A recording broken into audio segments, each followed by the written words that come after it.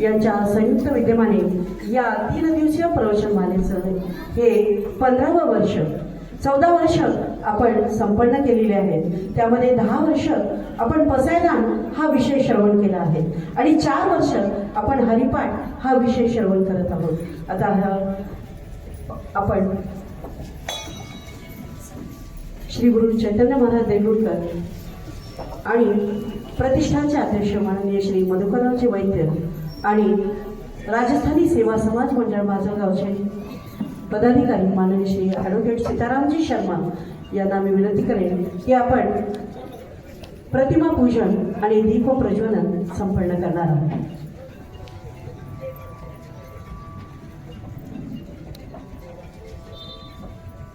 मान्यवरांच्या उपस्थितीमध्ये प्रतिमा पूजन आणि दीप प्रज्वलन इथे संपन्न होत आहे. श्री संत दूना महाराज देगलूरकर सेवा प्रतिष्ठानचे अध्यक्ष माननीय श्री मधुकररावजी वैद्य आणि राजस्थानी सेवा समाज मंडळाचे अध्यक्ष माननीय श्री ॲडव्होकेट सीतारामजी शर्मा आणि श्री गुरु चैतन्य महाराज देगलूरकर यांच्या उपस्थितीमध्ये प्रतिमा पूजन आणि दीप प्रज्वलन इथे संपन्न होत आहे. माझी मराठीची बोलू कौतुके परी अमृतातही पैजासी जिंके असे म्हणत ज्यांनी मराठी भाषेविषयीचा अभिमान, मराठीची महती व्यक्त केली आहे. अमृतालाही पैजेने जिंकणारी अक्षरे अशी अमृतवाणी ज्ञानदेवांच्या प्रत्येक शब्दाशब्दातून व्यक्त झाली आणि ब्रह्मविद्याच शब्दरूप झाली. असं आज खरं तर 27 फेब्रुवारी ज्ञानपीठ पुरस्कार विजेते मराठी साहित्यिक कुसुमाग्रज यांची जयंती आपण मराठी भाषा गौरव दिन म्हणून संपन्न करत आहोत आणि मराठीला अभिजात भाषा म्हणून दर्जा प्राप्त झाला. हे पहिलं वर्ष आज तो दिवस आपण इथे संपन्न करत आहोत. श्री गुरु चैतन्य महाराज देगलूरकर यांच्या हस्ते प्रतिमा पूजन दीपप्रज्वलन संपन्न झालं आहे. गुरुपूजनासाठी मी आमंत्रित करेन माननीय श्री प्रतिष्ठानचे अध्यक्ष मधुकररावजी वैद्य, ॲडव्होकेट श्री सीतारामजी शर्मा ग्रंथपूजन आणि गुरुपूजन यांनी संपन्न करावं.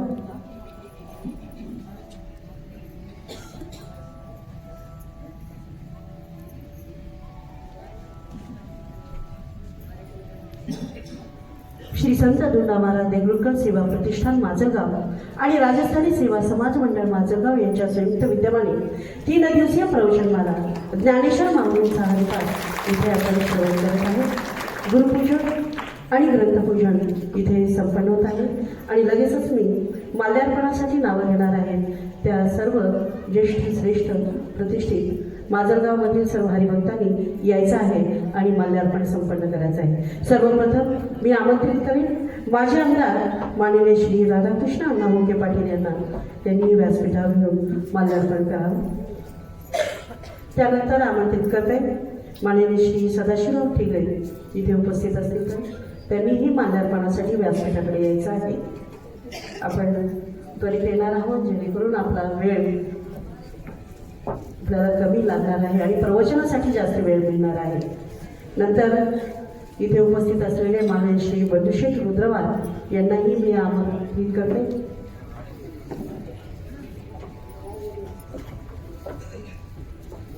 त्यानंतर उपस्थित असलेले संतोष मुळी सर सकाळचे पत्रकार यांनाही मी आमंत्रित करते की त्यांनी माल्यार्पणासाठी व्यासपीठाकडे यायचं आहे. उपस्थित असलेले माननीय श्री सुमंतराव वाघरकर श्री सिद्धेश्वर शैक्षणिक संकुलाचे पदाधिकारी यांनाही मी आमंत्रित करते की त्यांनी माल्यार्पणासाठी व्यासपीठाकडे यायचं आहे. उपस्थित असलेले हरिभक्त परायण माननीय श्री ज्ञानेश्वर माऊली रामानंद मठ यांनीही माल्यार्पणासाठी व्यासपीठाकडे यायचं आहे. उपस्थित असलेले नवविकास मंडळाचे पदाधिकारी माननीय श्री रव देशमुख सर यांनाही मी माल्यार्पणासाठी व्यासपीठाकडे आमंत्रित करते. उदगीरहून खास प्रवचनमालेसाठी दरवर्षीच उपस्थिती देत असतात आणि यावर्षी उपस्थित असलेले माननीय श्री डॉक्टर गुरसुरकर यांनाही मी माल्यार्पणासाठी व्यासपीठाकडे आमंत्रित करते. त्याचबरोबर उदगीरहून उपस्थित असलेले माननीय श्री राजभाऊ पाटील यांनाही मी व्यासपीठाकडे माल्यार्पणासाठी आमंत्रित करते. इथे उपस्थित असलेले हरिभक्त माननीय श्री ॲडव्होकेट श्री अशोक गोविंदराव लिंगावकर यांनाही मी माल्यार्पणासाठी व्यासपीठाकडे आमंत्रित करते. उपस्थित असलेले माननीय श्री अशोकराव पिंपरखेडकर देशमुख यांनाही मी माल्यार्पणासाठी आमंत्रित करते. आपण कृपया त्वरित व्यासपीठाकडे यायचं आहे. उपस्थित असलेले माननीय श्री पी सी देशमुख यांनाही मी माल्यार्पणासाठी आमंत्रित करते.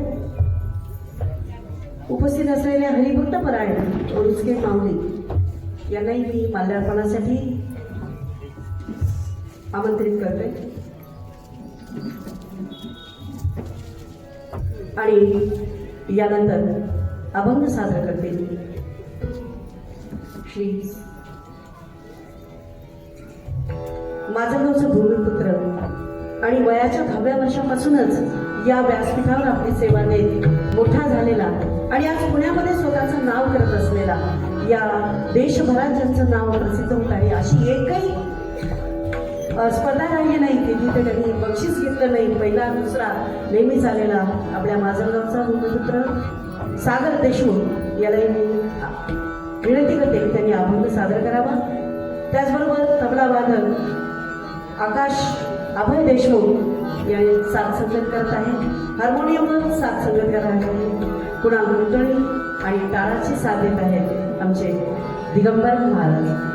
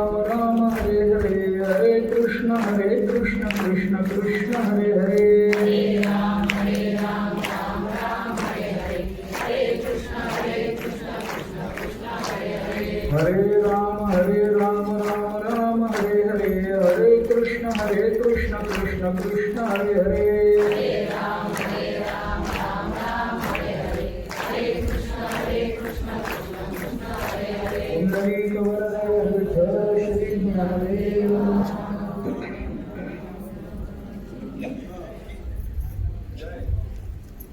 भावे वीण भक्ती, भक्ती वीण मुक्ती, बळे वीण शब्दी बोलू नये.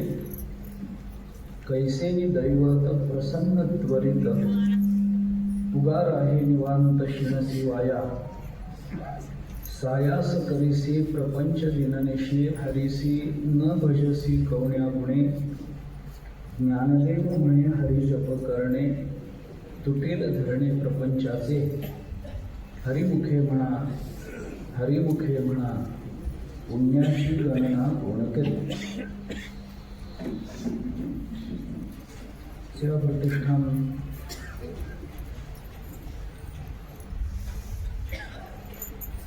यांच्या वतीनं या प्रातिवार्षिक प्रवचनमालेच्या या वर्षीच्या प्रथम सत्राला आपण आरंभ करतो आहोत. याकरता उपस्थित सर्व आदरणीय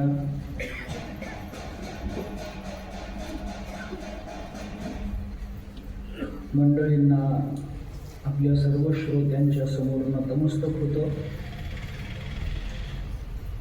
ज्ञानेश्वर महाराजांच्या हरिपाठाचा विचार आपण करतो आहोत.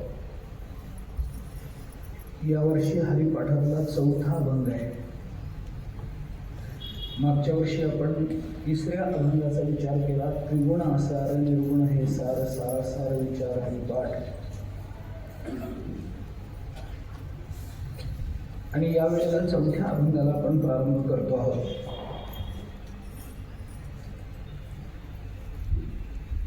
ज्ञानेश्वर महाराजांचा हरिपाठ नाम महात्म्य सांगणारा ग्रंथ आहे. भगवंताच्या नामाचं स्वरूप, भगवंताच्या नामाची साध्य रूपता आणि नामाची साधन रूपता या हरिपाठामध्ये ज्ञानेश्वर महाराजांनी आपल्याला सांगितलेली आहे. नामाचं महत्त्व काय आहे, नामानं मानवी जीवनामध्ये काय परिणाम होतो, काय बदल होतात, या संबंधातला विचार प्रतिवर्षी आपण करत आलेलो आहोत. हरी या पदाचा विचार या अभंगांमधून विशेषत्वाने झाला. हरी या नामाचा पाठ करण्याने, पाठ करणे याचा अर्थ अभ्यास करणे असा आहे. पाठ करणे याचा अर्थ पुन्हा पुन्हा ती क्रिया करणे. आणि पौनःपुन्येन करणं अभ्यासमिति कथ्यते या नियमानुसार एखादी गोष्ट पुन्हा पुन्हा पुन्हा केली जाणं यालाच अभ्यास असं म्हटलं जातं. हरी या नामाचा अभ्यास, हरी या नामाचं पुन्हा पुन्हा केलं गेलेलं उच्चारण याच्याने मानवी जीवन काय बदलतं, मानवी जीवनावर, मानवी वृत्तीवर त्याचा कोणता परिणाम होतो, या संबंधातला विचार हरिपाठामध्ये ज्ञानेश्वर महाराजांनी मांडून दाखवला. त्याच्याने पुण्य कसं संपादन करता येतं, त्याच्याने अंतःकरण शुद्ध कसं होतं, त्याच्याने अगदी शेवटचा परिणाम म्हणजे मोक्ष कसा मिळतो वगैरे वगैरेचा विचार हरिपाठामध्ये आहे. त्याचा विचार प्रतिवर्षी आपण करत आलेलो आहोत. हरिपाठ नाम महात्म्य सांगणारा ग्रंथ आहे. कारण कलियुगामध्ये नामाला विशेषत्वाने महत्त्व दिलं गेलेलं आहे. हे सर्व विदित आहे. मानवी जीवनाच्या कल्याणाकरता ज्या साधनांचा विचार शास्त्रकारांनी आपल्याला सांगितला, मानवी जीवन धन्य होण्याकरता माणसाने काय केलं पाहिजे या संबंधातला जो विचार वेदापासून ते संत वाङ्मयापर्यंत सगळीकडे आपल्याला सांगण्यात आला, त्या सर्व साधनांचा विचार करत असताना तो दोन पद्धतीनं केला जातो. त्याच्यातला एक विचार हा अधिकार भेदाचा असतो आणि दुसरा विचार हा कालभेदाचा असतो. ज्ञानयोग, कर्मयोग, भक्तियोग, अष्टांग योग वगैरे ही सगळी जी साधन परंपरा आपल्याला सांगितली जाते, या साधनांचा विचार करताना दोन पद्धतीनं हा विचार आला. एकतर अधिकार भेदानं हा विचार आपल्याला करावा लागतो. कारण ज्ञानाचा एक स्वतंत्र अधिकार आहे, योगाचा स्वतंत्र अधिकार आहे, कर्माचा स्वतंत्र अधिकार आहे, भक्तीचा स्वतंत्र अधिकार आहे. त्या त्या अधिकारानुसार त्या त्या साधनांचा विचार त्या त्या साधकाच्या जीवनामध्ये उचित कसा ठरतो आणि ते साधन करण्याकरता त्या साधकाला त्या साधनाच्या प्राप्तीच्या पूर्वी कोणती तयारी करावी लागते याचा विचार आपल्याला सांगण्यात आला. आपल्याला ज्ञान संपादन करायचं असेल तर आपल्या ठिकाणी विवेक वैराग्य निर्माण झालं पाहिजे, समाधी षटसंपत्ती निर्माण झाली पाहिजे, आपल्या ठिकाणी मोक्षता निर्माण झाली पाहिजे, आपल्याकडून श्रवण घडलं पाहिजे, मनन घडलं पाहिजे, निधिध्यासन घडलं पाहिजे, तत्वपदार्थ शोधनाच्या पायरीपर्यंत आपल्याला पोहोचता आलं पाहिजे. आणि त्याच्यानंतर ज्ञानाचा विचार आपल्याला वेदाने बोलून दाखवला, संतांनी बोलून दाखवला. आपल्याला ज्ञान हवं असेल तर आपल्याला विवेकापासून प्रारंभ करून तत्वपदार्थ शोधनापर्यंतच्या पायरीपर्यंत पोहोचणं आवश्यक आहे. आणि त्या पायरीपर्यंत पोहोचणं याच्यात आपल्या अधिकाराची सिद्धी होते. आणि तो ज्ञानाचा अधिकार प्राप्त झाला की आपल्याला ज्ञान होतं. कर्माचा विचार तसाच आहे, अष्टांग योगाचा विचार तसाच आहे. यम नियम आसन प्राणायाम प्रत्याहार धारणा ध्यान इथपर्यंत पोहोचल्यानंतर समाधीचा विचार आपल्याला पतंजल मुनींनी अष्टांग योगामध्ये विशेषत्वाने सांगितला. याच्यामध्ये यम नियम आसन प्राणायाम हे न करता मी समाधी लावतो असं म्हटलं तर तो आपला अधिकार नाही. मी सकाळी उठायचं आणि डोळे बंद करून अंथरुणावर बसायचं आणि माझी समाधी लागली म्हणायचं, याच्यात माणसाला समाधी आणि झोप याच्यातला अंतर कळत नाही एवढंच सिद्ध होतं. झोप वेगळी असते, समाधी वेगळी असते. सकाळी उठून आपण डोळे बंद करून जे बसतो ना त्याच्यामध्ये आपल्याला झोप लागते, समाधी लागतेच असं नाही.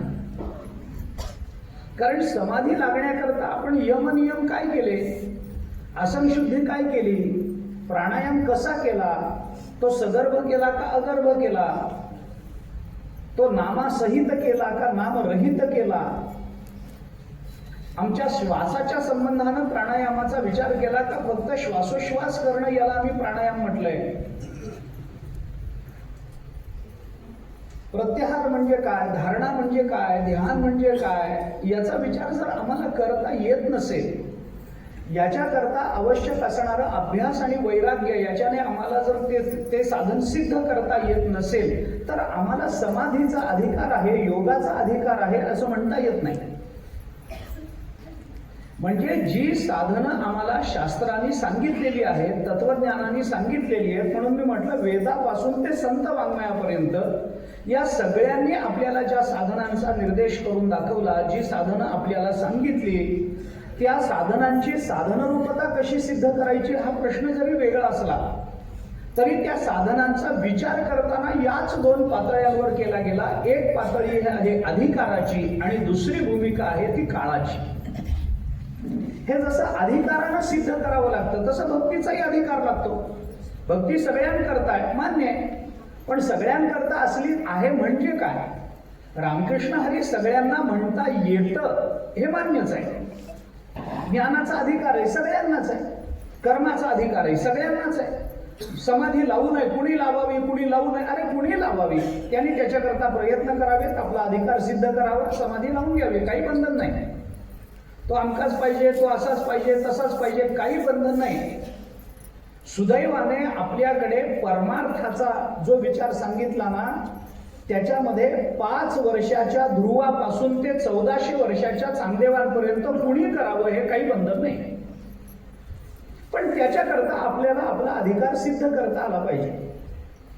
हे जसं आहे तसं भक्तीचाही अधिकार आहे. भक्ती कुणी करावी, अरे सगळ्यांनी करावी, मान्य आहे ना, पण करतात किती जण? मग जर सगळ्यांनी करावी तर कमी का करतात? कारण सगळ्यांनी करावी गोष्ट खरी आहे.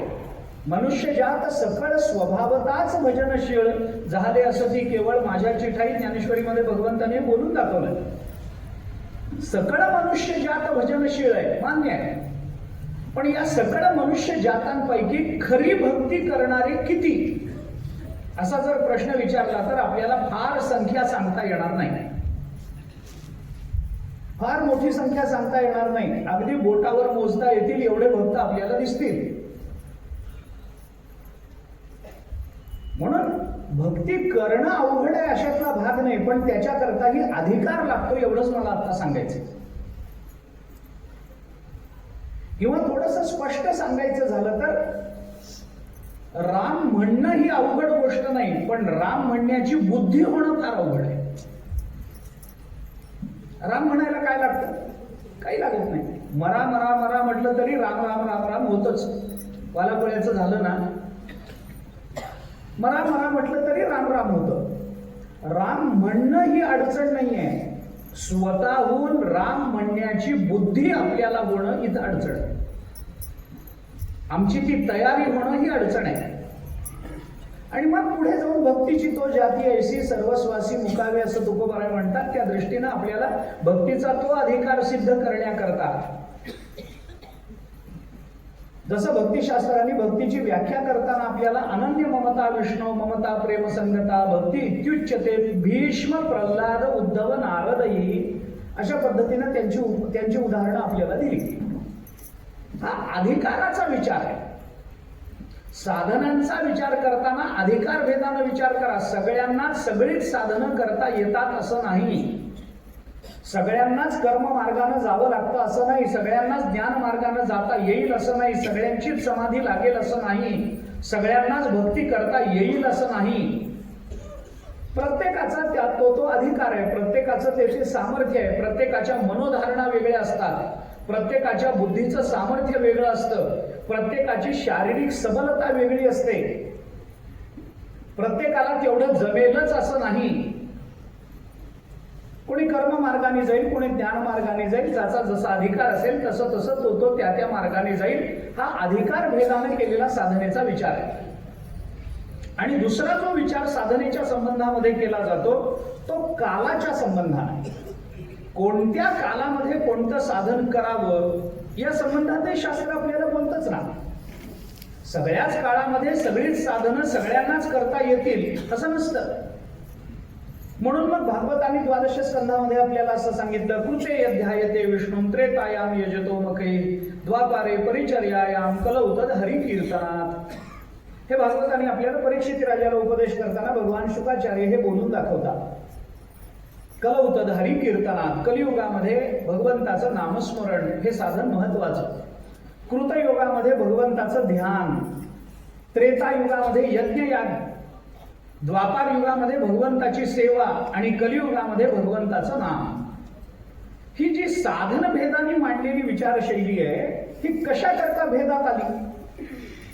कारण तो कालावधी आहे. आणि आपल्याकडे कृतयुगापासून ते कलियुगापर्यंत हा जो काल म्हणून सांगितला गेला, या प्रत्येक युगामध्ये माणसाच्या आयुष्याच्या मर्यादा वेगवेगळ्या सांगितल्या गेल्या. कृतयुगामध्ये हजारो वर्षाचं आयुष्य माणसाला, नंतर काही 1000 वर्षाचं आयुष्य, नंतर काही 100 वर्षाचं आयुष्य. कलियुगामध्ये तर आपल्याला माहिती आहे साधारण आता दशकात आलेलं आहे. 100 वगैरे गेलं. 100 वर्ष मनुष्य जगला कलियुगामध्ये तर फार पुण्यवान म्हणायचे. आता माणसाच्या आयुष्याचा सर्वसाधारण आपण हे काढला तर आपल्याला असं दिसून येतं की सरासरी आयुर्मान माणसाचं 60 वर्ष ते 70 वर्ष एवढ्यात बसलंय. साधारण मी सरासरी सांगतो. लगेच आता 70ची आपण झालो म्हणजे पुढच्या वर्षी जाणार या प्रवचन मालेला मी असं काही म्हणायचं नाही. तुम्हाला देवाने उदंड आयुष्य द्यावं माझं काही म्हणणं नाही. पण मी आपल्याला उदाहरण म्हणून सांगतो. एक सरासरी आयुर्मान जे माणसाचं आहे ना ते आता कलियुगामध्ये कमी होत गेले. प्राणांच्या अवस्थांचा विचार करताना कुठे कुठे माणसाचा प्राण राहतो या भूमिका वेगवेगळ्या सांगितल्या गेल्या. त्यामुळं आयुर्मानाचा विचार वेगवेगळ्या पद्धतीनं केला गेला आणि ते आयुर्मान कमी होत गेलंय. आत्ता मी सांगतोय ते कलियुगाचा प्रारंभ आहे. आत्ता कलियुगाचा प्रारंभ झालेला आहे आणि प्रारंभात आपण 60 ते 70 पर्यंत आहोत. कलियुग संपेपर्यंत माणसाचं आयुर्मान जवळजवळ 5 ते 10 मिनिटाचं होणार आहे. घाबरू नका, काही होत नाही, वेळ आहे अजून त्याला. 4,32,000 वर्ष कलियुगाची कालमर्यादा सांगितली आहे. आता पहिली 5,000 वर्ष पूर्ण होत आहे. वेळ आहे अजून आपल्याला. आपलं भागत आहे, पुढच्यांचं काही का होईना. पण हा विचार आहे त्याच्या मागे. हे कशा करता बोलतोय आपल्याला की साधनेचा विचार करत असताना या 2 भूमिकांवरून केला गेला. आणि मग कलियुगामध्ये माणसाचं आयुर्मान जर कमी होत आहे तर कमी कालामध्ये जीवनाच्या त्रेतायुगामध्ये जीवन धन्य होण्याच्या ज्या व्याख्या आहेत त्या व्याख्या कलियुगामध्ये बदलल्या गेलेल्या नाही. कलियुगामध्ये काल बदलला गेला, मान्य आहे. कलियुगामध्ये आयुर्मान बदललं गेलं, मान्य आहे. कलियुगामध्ये त्रेतायुगापासून कलियुगापर्यंत माणसाची जीवनशैली बदलली गेली, मान्य आहे. कलियुगामध्ये साधनभेद निर्माण झाला, मान्य आहे. कलियुगामध्ये माणसाच्या आयुर्मानावर मर्यादा आल्या, व्यापकत्व राहिलं, मान्य आहे.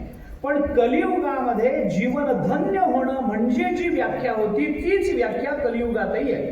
त्रेतायुगात आणि कलियुगात जीवनाच्या धन्यतेच्या परिभाषा बदललेल्या नाही. आयुर्मान बदललं असेल, साधन बदललं असेल, जीवनशैली बदलली असेल, बुद्धिमत्ता बदलली असेल, मनोधारणा बदलली असतील, देहाचं सामर्थ्य बदललं असेल, पण जीवन धन्य होणं म्हणजे भगवंताची प्राप्ती होणं हे त्रेतायुगातही तेच आहे आणि जीवन धन्य होणं म्हणजे भगवंताची प्राप्ती होणं हे कलियुगातही तेच आहे. जीवनाच्या धन्यतेच्या परिभाषा कालाच्या ओघामध्ये बदललेल्या नाहीत, हे आपण लक्षात घेतलं पाहिजे. बाकी काही बदलू दे. त्यामुळं त्या काळामध्ये खूप काळ केलं जाणारं साधन हे जीवनाच्या धन्यतेचं साधन म्हणून सांगितलं गेलं आणि कलियुगामध्ये आयुर्मान कमी असल्यामुळे अल्प काळात केलं जाणारं साधन हे जीवनाच्या धन्यतेचं साधन म्हणून सांगितलं गेलं. म्हणून सांगितलं तुम्ही ध्यान करा. कृते ध्यायते विष्णू, ध्यान करा. भगवंताचं ध्यान करण्याने भगवंताची प्राप्ती कृतयुगामध्ये होत होती. आता ध्यान करण्या एवढा वेळ कोणाला नाही, ध्यानाची पूर्वतयारी करण्या एवढा वेळ कोणाला नाही, तेवढा कोणाचा अधिकार नाही. ध्यानाकरता एका जागी बसण्यासाठी माणसाच्या देहाच्या ठिकाणी तेवढं सामर्थ्य राहिलेलं नाही. ध्यान लावण्याकरता मनाची एकालंबनात्मकता निर्माण व्हावी लागते. याच्याकरता मनाच्या ठिकाणी दुर्बलता कलियुगामध्ये प्राप्त झालेली आहे. या सगळ्या गोष्टीचा विचार केला तर कलियुगामध्ये ध्यान लावता येत नाही. मग काय करा? नामस्मरण करा. जे अल्प काळामध्ये होतं त्याच्याने धन्यता प्राप्त करून घ्या. अल्प काळामध्ये राम म्हणायला फार वेळ लागत नाही, एक क्षण सुद्धा जास्त झाला. अल्प काळ, कारण माणसाचं आयुष्य आपल्याला संतांनी क्षण भंगुर नाही भरवसा, वारे सावध थोडा माया आशा, काही न चले मग गळा पडेल फासा, पुढे हुशार थोर आहे ओळसा गा, हे सांगितलंच आहे. अल्प आयुष्य मानव देह, शत गणिले ते अर्धरात्र खाय, मध्ये बाळतो पीडा रोग क्षय, काय भजनासी उरले ते पाहेगा, ही सावधानताही संतांनी आपल्याला सांगितलेली. त्यामुळे आपल्या जीवनमान म्हणून ज्ञानोबरायांनी पहिल्याच अभंगामध्ये या हरिपाठाच्या आपल्याला कालावधी किती सांगितला, देवाच्या दारामध्ये किती घंटे उभे राहायला सांगितले, देवाच्या दारामध्ये किती वर्ष उभं राहायला सांगितलं, देवाच्या दारामध्ये किती मिनिट उभं राहायला सांगितलं, देवाची द्वारी उभा क्षणभरी, कारण तेवढंच आयुर्मान आहे, तेवढंच आयुर्मान आहे. आणि तेवढ्याच क्षणभराचा काल जर आमच्या हातामध्ये असेल तर तेवढ्याच काळात आमच्या जीवनाची धन्यता करून देणारं साधन हे कलियुगामध्ये सांगितलं पाहिजे. म्हणून कलौतद हरिकीर्तनात हे सांगितलं गेलं. भागवतांनी जो विचार सांगितला तो या अर्थाने मी पुन्हा एकदा आपल्याला सांगतो. अधिकार भेदानं आणि काल भेदानं साधनांचा विचार भेद दृष्टीनं आणि भेद रूपानं जरी मांडला गेलेला असला तरी जीवनाच्या धन्यतेच्या परिभाषा या काळामध्ये बदललेल्या नाहीत. त्यामुळे जीवन धन्य होण्याकरता ज्या साधनाकरता आवश्यक असणारा वेळ अधिक, ते साधन आधीच्या युगामध्ये अधिक आणि नंतरच्या काळामध्ये कालावधी कमी, म्हणून साधनेमध्ये परिवर्तन. हे सूत्र आपण लक्षात ठेवा. आणि या दृष्टीनं आपल्याला हा साधनेचा विचार सांगितला. कलियुगामध्ये वेळ कमी आहे, मग काय करा? काही नाही, सोपं साधन करा. कलौतद हरिकीर्तना, कलियुगामध्ये भगवंताचं नामस्मरण करा. याचा अर्थ असा नाही आहे की कलियुगामध्ये ध्यान लावायचं नाही असा त्याचा अर्थ नाही. कलियुगामध्ये यज्ञयाग करायचे नाही असा त्याचा अर्थ नाही. द्वापार युगाप्रमाणे कलियुगामध्ये भगवंताची सेवा करायचीच नाही असं बंधन नाही. या साधनांच्या ज्या मर्यादा सांगितल्या ना त्या मर्यादांमध्ये सुद्धा एक समन्वय आहे वेदांत दृष्टीनं. आता हे थोडं अवघड प्रकरण आहे. या साधनांमध्ये सुद्धा एक समन्वय आहे. या साधनांना ज्या मर्यादा कालाच्या म्हणून घातल्या गेल्या ना, कृते ध्यायते विष्णू सांगितलं. लगेच त्रेतायाम यजतो मग ध्यान केलं का? त्रेतायुगामध्ये करायचं नाही का? अगदी काटेकोर बंधन आहेत का की कलियुगामध्ये दुसरं काही साधन करायचंच नाही असा नियम आहे का? ध्यान लावायचंच नाही असा नियम आहे का? मग चांगदेव कोणत्या कालामध्ये होऊन गेले? कलियुगातच झाले ना. त्यांनी ध्यान लावलं ना. नाथ महाराज ध्यानाला बसत होते ना. शूलभंजन पर्वतावर जाऊन नाथ महाराजांनी ध्यान लावल्याचं चरित्र आहे ना. तुकाराम महाराजांनी ध्यानाच्या संबंधानं विधानं केली आहेत ना.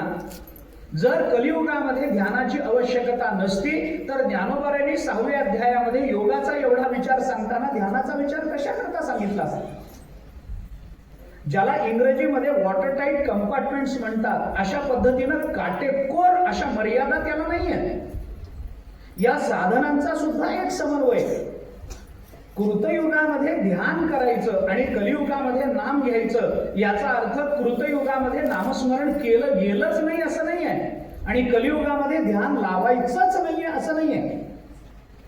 म्हणून याच्या भूमिका आपण बघा की कृतयुगामध्ये ध्यान लावलं जात असेल आणि कलियुगामध्ये नाम घ्यायचं आहे हे जरी खरं असलं तरी कृतयुगामध्ये नाम घ्यायचं नाही का? घ्यायचं.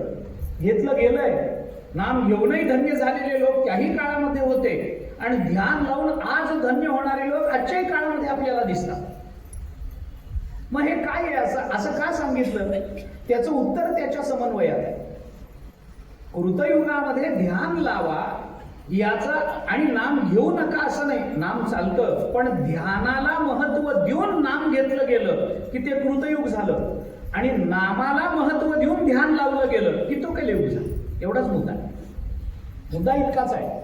नाम कलियुगात नामस्मरण करा मग ध्यान करू नका का? करा पण ध्यानातही नामस्मरण करा.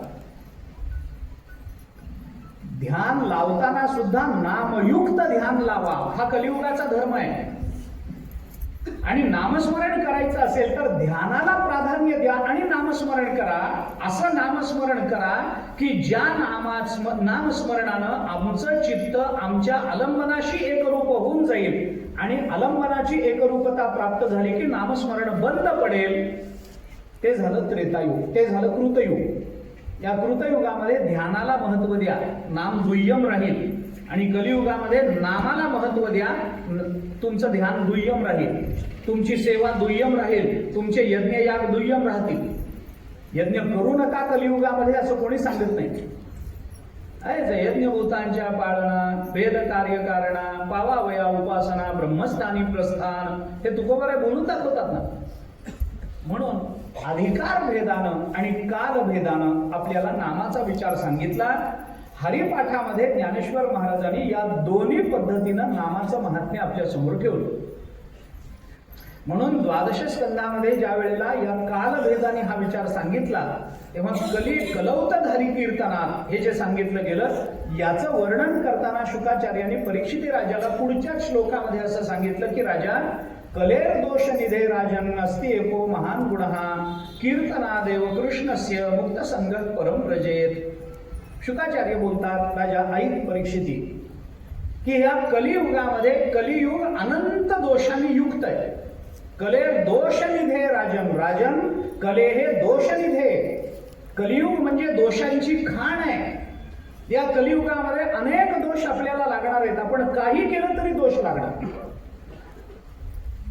मी तुम्हाला स्पष्ट सांगतो आपण प्रवचन ऐकलं तरी कलियुगात दोष लागणार.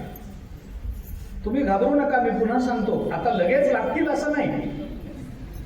प्रवचन करणाऱ्यालाही दोष लागणार आहे. कलियुग आहेच आहे तसं. प्रवचन करणारा जर प्रवचन करण्याकरता म्हणून बसला आणि त्याच्या मनात जर वेगळा काही स्वार्थी विचार आला असेल तर प्रवचनाचाही दोष आहेच ना. ऐकणारा मनुष्य प्रवचनाला बसला आणि प्रवचन ऐकता ऐकता आपण घराला कुलूप लावून आलोय पण अजून ओढून बघितलं नाही कसं होईल असं जर वाटलं असेल प्रवचनामध्ये तर दोष आहेच ना. आहेच की नाही. म्हणजे शेवटी आपण काही केलं तरी कलियुगामध्ये दोष लागणार. म्हणून शुकाचार्य सांगतात राजा कलेर दोष निधे. कलियुग हे दोषाची खाण आहे. पण याच्या ठिकाणी अस्ति हे एको महान गुणः. पण याच्या ठिकाणी एक चांगला गुण आहे. कलियुग वाईट आहे पण त्याच्या ठिकाणी एक चांगला गुण आहे. काय गुण आहे? कीर्तनादेव कृष्णस्य मुक्त संगः परम प्रजेत. त्यांनी सांगितलं कलियुगाचा सगळ्यात चांगला एक महत्वाचा गुण आहे की या कलियुगामध्ये भगवंताच्या नामानं आपल्याला भगवत प्राप्ती होते, आपण मुक्त होऊ शकतो, वेगळं काही करण्याचं कारण नाही. कलौ नास्तेव नास्तेव नास्तेव गती अन्यथा. नारद पुराणामध्ये नारद महर्षी हे बोलून दाखवतात. बघा बृहन्नारदीय पुराणात आलं. काय आम्हाला काय करायचं कारण नाहीये. हरेर नामैव नामैव नामैव मम जीवनम कलौ नास्तेव नास्तेव नास्तेव गतिरन्यथा. हे नारदांनी बोलून दाखवलं. हरेर नामैव नामैव नामैव मम जीवनम. देवाचं नाम देवाचं नाम देवाचं नाम हेच माझं जीवन आहे. कारण कलियुगामध्ये नामाशिवाय दुसरी गती नाही नाही आणि नाही. हे नारदांनी बोलून दाखवलं. आणि म्हणून या नामाचं महत्व आपल्याला कळावं. नामानं मोक्ष मिळतो, नामानं देव प्राप्त होतो. काय होतं एक मानसशास्त्र सांगतो जाता जाता. बहुतांश लोकांचा परमार्थ काय प्रपंच सुद्धा. म्हणजे मी ढोबळ विधान करतोय, काटेकोर बोलत नाहीये. परमार्थच काय प्रपंच सुद्धा. माणसाला तुम्ही बघा, माझं चुकत असेल तर मला सांगा, पण एक सामान्य मानसशास्त्र असं आहे की माणसाला साधन जाणून घेण्यामध्ये जेवढा रस असतो ना तेवढं साधन करण्यामध्ये रस नसतो. एक ढोबळ मानाने नियम बघा. साधन जाणून घेण्याची जेवढी प्रवृत्ती असते की नाही तेवढी ते साधन करावं याची प्रवृत्ती नसते. भक्ती कशी करावी हो, ज्ञान कसं मिळतो याच्या चौकशा करणारे हजारो भेटतात, पण खऱ्या अर्थानं भक्ती करणारा सहसा भेटत नाही. आम्हाला जाणून घ्यायचंय. नाम घ्यायचं म्हणजे कसं घ्यायचं, नामाचा परिणाम काय होतो, नाम घेतल्याने खरंच मुक्त होता येतं का? हो येतं. ज्ञानोबराय सांगतात हरी हरी हरी मंत्र हा शिवाचा म्हणती जे वाचा तया मोक्ष. ज्ञानोबराय बोलतात ना. अजून काय प्रमाण द्यायला पाहिजे याच्यापेक्षा मोठं. मुखी नाम हाती मोक्ष ऐसी साक्ष बहुतांची तुकोबराय बोलतात ना. अजून काय मोठं प्रमाण द्यायला पाहिजे. मग ही प्रमाणं समजून घेतल्यावर अहो खरंच नामाने मोक्ष मिळतो. हो ना मिळतो. बरं बरं बरं झालं संपलं. नामाने मोक्ष मिळतो एवढंच आम्हाला कळून घ्यायचंय. तो मोक्ष मिळतो म्हणून आम्ही नामस्मरण केलं पाहिजे. या कृतीत त्या विचाराचं परिवर्तन होत नाही. हाही कलियुगाचा धर्मच आहे. साधनांच्या जाणीवेतली प्रवृत्ती साधनांच्या आचारामध्ये सिद्ध होत नाही. हे कलियुगातलं माणसाचं दुर्दैव मानलं गेलं. माझं म्हणणं पडतं का नाही मला माहिती नाही, पण ही वस्तुस्थिती आहे. ही वस्तुस्थिती आहे. मनुष्याला जाणून घेण्यात स्वारस्य आहे. साधनं कशी असतात, ज्ञान कसं, ज्ञान ऐकण्याकरता खूप गर्दी, भक्ती ऐकण्याकरता खूप गर्दी, प्रवचनामधून भागवतामधून रामायणाच्या चिंतनातून ही गर्दी ओसंडून वाहते सध्या. वक्ते तसेच भेटले. ही गर्दी मंडपाच्या बाहेरपर्यंत लोक बसलेले असतात. हे जाणून घेतात ज्ञान काय, भक्ती काय, नामाचं महत्व काय, पण हे परत जाताना किती लोक नामस्मरण करत घरापर्यंत जातात हे माहिती नाही. मला कोणाला दोष नाही द्यायचा, पण मी एक सामान्य मानसशास्त्र म्हणून आपल्या समोर सांगतो. म्हणून ज्ञानोबारायांनी नामाचं महात्म्य आम्हाला काय असतं, वक्त्याची ही जबाबदारी. वक्त्याला जर श्रोत्यांना साधन सांगायचं असेल ना तर नुसतं साधन सांगून वक्त्याची जबाबदारी संपत नाही. त्या साधनेची प्रवृत्ती निर्माण करणं ही सुद्धा वक्त्याचीच जबाबदारी असते. ज्यांनी साधनेचं महात्म्य सांगितलेलं असतं त्याचीच जबाबदारी असते. डॉक्टरनी वैद्यानी नुसतं औषध सांगून चालत नाही. औषधाचं महात्म्य सांगितलं, तो रोगी असतो तो ऐकून असं काय या औषधाने कमी होईल का, बरं बरं बरं असं म्हणतो, ते औषध घेतो घरी जाऊन ठेवून देतो, मग काय उपयोग आहे. तसं नाही. त्या औषधाची प्रवृत्ती निर्माण झाली पाहिजे. हेही त्या वैद्याचंच काम आहे. तसं हेही वक्त्याचंच काम आहे. म्हणून नामसंबंधानं ज्ञानोबाऱ्यांनी हरिपाठामध्ये जो विचार मांडला तो केवळ आम्हाला नामाचं महात्म्य सांगितलं असं नाही, आम्हाला साधनेचं स्वारस्य निर्माण करून दिलं असं नाही, किंवा साधनेबद्दल आमच्या अंतःकरणातले संदेह मिटवले असं नाहीये, तर ते नाम आम्ही घ्यावं याच्याकरता आमची प्रवृत्ती व्हावी अशा पद्धतीनं ज्ञानोबाऱ्यांनी भूमिका मांडली. त्यांच्या वचनाची, त्यांच्या शब्दाची, त्यांच्या अक्षराची ही ताकद आहे की त्यांचं वाचल्यानंतर आपल्याला ते करावं वाटतं. आणि म्हणून या हरिपाठामध्ये हे नाममहात्म्य ज्ञानेश्वर महाराजांनी बोलून दाखवलं. महात्म्य सांगत असताना ते कसं सांगायचं असतं? महात्म्य जर सांगायचं आहे तर ते कोणतं सांगायचं, कसं सांगायचं? कारण एखाद्या पदार्थाचं महात्म्य सांगणं काय होतं, आता हाही वेदांताचाच विषय आहे, कितपत मी मांडू शकेन मला माहिती नाही आपल्या समोर, पण निदान त्याचा उल्लेख तरी करून जातो. एखाद्या पदार्थाची स्तुती आणि एखाद्या पदार्थाची निंदा या दोन्ही गोष्टी करत असताना जोपर्यंत आपण त्याचा अतिशय चांगल्या किंवा वाईट अर्थानं मांडत नाही तोपर्यंत ती स्तुती किंवा निंदा ही परिणामकारक ठरत नसते. नियम बघा आपण काय, त्याचा अतिशय सांगायला पाहिजे. अतिशय निर्माण झाला तरच तो दोष आहे, अतिशय निर्माण झाला तरच तो गुण आहे. तुम्ही व्यक्तीची, वस्तूची निंदा करा अथवा स्तुती करा, तो प्रश्न वेगळा, तो आपल्या आपल्या स्वभावावर अवलंबून राहील ते. परंतु स्तुती करताना सुद्धा विशेष काहीतरी सांगावं लागेल, त्याचा अतिशय सांगावा लागेल, आणि निंदा करताना सुद्धा त्याचा अतिशय सांगावा लागेल. निंदा करताना सुद्धा अतिशय सांगा. एखादा मनुष्य लोभी आहे हे त्याच्या निंदेचं कारण नाही आहे. मी थोडं निंदेच्या अंगाने जातं कारण ते लवकर पटतं स्तुतीपेक्षा, म्हणून सांगतो. एखादा मनुष्य लोभी आहे, मी अनेक वेळेला उदाहरण देतो हे.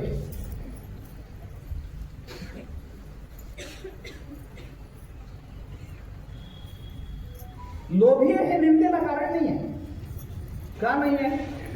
कारण कोण लोभी नाहीये ते सांगा मला. कोण लोभी नाहीये? अहो माणूस फार लोभी आहे, आणि तू कोण आहेस? तोही तेवढाच लोभी आहे, मलाही तेवढाच लोभ असतो. नुसतं लोभी म्हणणं ही निंदा नाही आहे. माणूस फार दुष्ट आहे आणि तू काय सज्जन आहेस काय? ज्या अर्थी तुला त्याच्या स्वभावातला दुष्टपणा दिसला त्याच अर्थी तू सज्जन नाहीस. तू जर सज्जन असतास तर तुला दुष्टपणा दिसला नसता, तुला त्याच्यातली सज्जनताच दिसली असती. ज्या अर्थी मी एखाद्याला नावं ठेवतो आहे त्या अर्थी मी सुद्धा तेवढाच दोषी आहे. मग मला त्याच्यातला अतिशय सांगता येत नाही. अतिशय सांगण्याकरता म्हणून मी उदाहरण आपल्याला देतो, मागे दिलं असेल कदाचित, मी पुन्हा द्यायला मला काही संकोच नाही. आपल्याला कळावं पटकन एवढीच भूमिका आहे माझी. माझ्या उदाहरणांची विरुक्ती झाली तर क्षमा करा मला. अनेक वेळेला मी उदाहरण देतो. आपण रस्त्याने चाललो, रस्त्यानं जाताना आपल्याला दोन मूर्त्या पडलेल्या दिसल्या, एक रामाची आणि एक रावणाची. तुम्ही कोणती मूर्ती पटकन उचला? रामाची उचला. आता पुढे ऐका, आपण रस्त्याने चाललो, आपल्याला दोन मूर्त्या पडलेल्या दिसल्या, एक रामाची एक रावणाची. त्याच्यातली रामाची मूर्ती दगडाची आहे, रावणाची मूर्ती सोन्याची आहे. कोणती उचला? कोणती उचला? रावणाची. सोनं नाव ते शेवटी. आम्ही रावणाची मी दोष द्यायला तयार नाही. मी लगेच असं म्हणत नाहीये की काय तुम्ही रावणाची मूर्ती उचलता, रामाची टाकून देता, तेवढे दुष्ट तुम्ही, असं मला म्हणायचंच नाही. अहो हा मानवी स्वभाव आहे, मी याला दोष द्यायला तयार नाहीये. पण मला असं म्हणायचं आहे, मला याच्या पुढे जाऊन असं म्हणायचं आहे की मग हा जर लोभ प्रत्येकाच्या ठिकाणी आहे तर रावणाला लोभी म्हणण्यात काय तात्पर्य? रावणाला लोभी म्हणण्यात काय तात्पर्य? हा, रावण लोभी आहे ही निंदा आहे, मला मान्य आहे. पण रावणाच्या लोभाचा अतिशय कुठे आहे? तो निंदेला का पात्र आहे? त्याच्या लोभाचा अतिशय कुठे आहे? त्याला सीतेच्या बद्दल लोभ निर्माण झाला, मान्य आहे. एखाद्या तरुण मुलाला लग्न व्हावं, एखाद्या मुलीला आपली पत्नी करून घ्यावं असं वाटणं हा दोष नाही आहे. तो तरुण आहे, त्याचा विवाह व्हायचा आहे, त्याला अमुक एक मुलगी आवडलेली आहे, तिच्याबरोबर आपला विवाह व्हावा असं त्याला वाटलं, त्याने त्याच्याकरता काही प्रयत्न केले. मी दोष द्यायला तयार नाही. हा पळवून मिळवून आणणं मी दोष म्हणेन, पण त्याने त्याच्याकरता काही संयुक्तिक प्रयत्न केले, योग्य मार्गाने गेला, त्याची इच्छा आहे, हे मान्य आहे ना. परंतु 80,000 बायका असताना सीतेचा मोह निर्माण व्हावा हे दोषास्पद आहे. लक्षात घ्या, वस्तूच्या उपलब्धीतही वस्तूचा लोभ राहावा, वस्तूच्या प्राप्तीतही वस्तूचा लोभ राहावा, हा त्या स्वभावाचा अतिशय झाला. लोभाचा हा अतिशय, आणि हा अतिशय जिथं आहे तिथे निंदा होते. हे जसं दोषांच्या बाबतीत आहे तसं गुणांच्या बाबतीत सुद्धा आपल्याला हा विचार करावा लागतो. एखादा मनुष्य सज्जन आहे, याच्यात काही फार कौतुक नाही, सगळेच सज्जन असतात. तुम्ही आम्ही काही सज्जन नाही का? आम्ही सज्जन आहोत म्हणून तर प्रवचनाला येऊन बसलो ना. आपण आपल्या ठिकाणी सज्जनता नाही का? नाही म्हणण्याचं धाडस आपल्यापैकी कोणी करेल असं वाटत नाही मला. नाही हो, आम्ही काही सज्जन नाही असं म्हणा बरं आपल्यापैकी एखादा कोणीतरी. मी वाट बघतो रात्रीपर्यंत. म्हणाल काय? कोणी म्हणत नाही. आम्ही सज्जन आहोतच, ही वस्तुस्थिती आहे. पण आम्ही सज्जन आहोत ही आमची सज्जनता ही सर्वांच्या ठिकाणी सामान्यत्वानं राहणारी सज्जनता आहे. सामान्यत्वानं राहणारी सज्जनता आहे. पण सगळ्या समाजाने त्रास देऊनही किंबहुना सर्व सुखी असं म्हणणं हा सज्जनतेचा अतिशय आहे, म्हणून तो कौतुकाला पात्र आहे. सज्जन आपण सगळेच आहोत, आपण सगळेच सज्जन आहोत. पण मंबाजीने काट्याने मारूनही त्याचे हातपाय दाबणं हा तुकोबारायांच्या सज्जनतेचा अतिशय आहे, म्हणून त्याची स्तुती आहे. नुसत्या सज्जनतेची स्तुती नाही आहे. नुसत्या दोषांची निंदा होत नसते, नुसत्या गुणांची स्तुती होत नसते. गुणदोषांच्या ठिकाणी असणारा अतिशय हा त्या निंदा आणि स्तुतीचं कारण ठरत असतो. हे लक्षात घ्या. आणि मग त्याच्यातून अर्थवादापर्यंत भूमिका जातात वेदांताच्या दृष्टीने. तो प्रश्न स्वतंत्र असेल. नामाचं महात्म्य ज्ञानोबारायांनी, मी कशाकरता आपल्याला हे सांगितलं की नामाचं महात्म्य ज्ञानोबारायांनी आपल्याला हरिपाठामध्ये सांगितलं. या नामाचा अतिशय काय आहे? तुम्हाला नामाची स्तुती करायची आहे ना हरिपाठामध्ये, नामाचं महात्म्य सांगायचंय ना. आणि महात्म्य सांगणं हा अतिशय गुणाचा विचार आहे ना, अतिशयत्व असलं पाहिजे ना. मग नामाचा अतिशय कोणता सांगतात? नामामध्ये काय श्रेष्ठ आहे याच्याकरता 3 टप्प्यात विचार झाला हरिपाठामध्ये. हरिपाठाचा एक आकृतीबंध मी आपल्यासमोर मांडतो. मागे कदाचित मांडला असेल, मला माहिती नाही, मी विसरलोय. माझा तुमच्या स्मरणशक्तीवर विश्वास आहे. मी विसरलोय म्हणून पुन्हा सांगतोय असं म्हणा पाहिजे. विचार करा ना. हा नाम महात्म्याचा नामाचा अतिशय 3 रूपानं ज्ञानोबारायांनी हरिपाठामध्ये सांगितला. 1 नामाचं सामर्थ्य, 2 नामाची साध्य रूपता आणि 3 नामाची साधन रूपता. सामर्थ्याचा अतिशय काय? पापाचे कळप पळती पुढे, नामाचा सामर्थ्याचा अतिशय हा. नामाची साध्य रूपता अतिशय काय आहे त्याचा? एक तत्व नाम दृढ धरी मना. तत्व गगना होनी वाढ नाम आहे साध्य रूपता. आणि नामाची साधन रूपता हरी हरी हरी मंत्र हा शिवाचा, म्हणती जे वाचा तया मोक्ष. देवाची द्वारी उभा क्षणभरी तेने मुक्ती 4 साधियेल्या. साधनेचा अतिशय, या अतिशयाचा विचार करून ज्ञानेश्वर महाराजांनी हरिपाठामध्ये आपल्याला नाम महात्म्य सांगितलेलं आहे. या नाम महात्म्याचा विचार करत करत आपण 3 अभंग बोलून आलेलो आहोत. 4थ्या अभंगाला आपल्याला प्रारंभ करायचा आहे. भावे वीण भक्ती, भक्ती वीण मुक्ती, बळे वीण शक्ती बोलू नये. हे ज्ञानोबाराय आता नामाचं महत्व आपल्याला सांगतात. आपण मागे बोललोय, पहिल्या अभंगापासून मी प्रतिवर्षी पहिल्या दिवशी हा विचार मांडत आलोय आणि ती परंपरा मोडू नये म्हणून पुन्हा एकदा पहिल्या दिवशी आज सांगतो. ज्ञानेश्वर महाराजांनी ज्ञानेश्वरीमध्ये गीतेची टीका म्हणून जी ज्ञानेश्वरी ज्ञानोबांनी सिद्ध केली, त्या तिथं ज्ञानेश्वर महाराजांनी गीतेच्या संबंधानं आणि ज्ञानेश्वरीच्या संबंधानं एक महत्वाचा विचार आपल्याला बोलून दाखवला. ज्ञानोबा तिथं असं म्हणतात की ज्ञानेश्वरीच्या आणि गीतेच्या प्रत्येक अध्यायामध्ये एक अनुबंध आहे.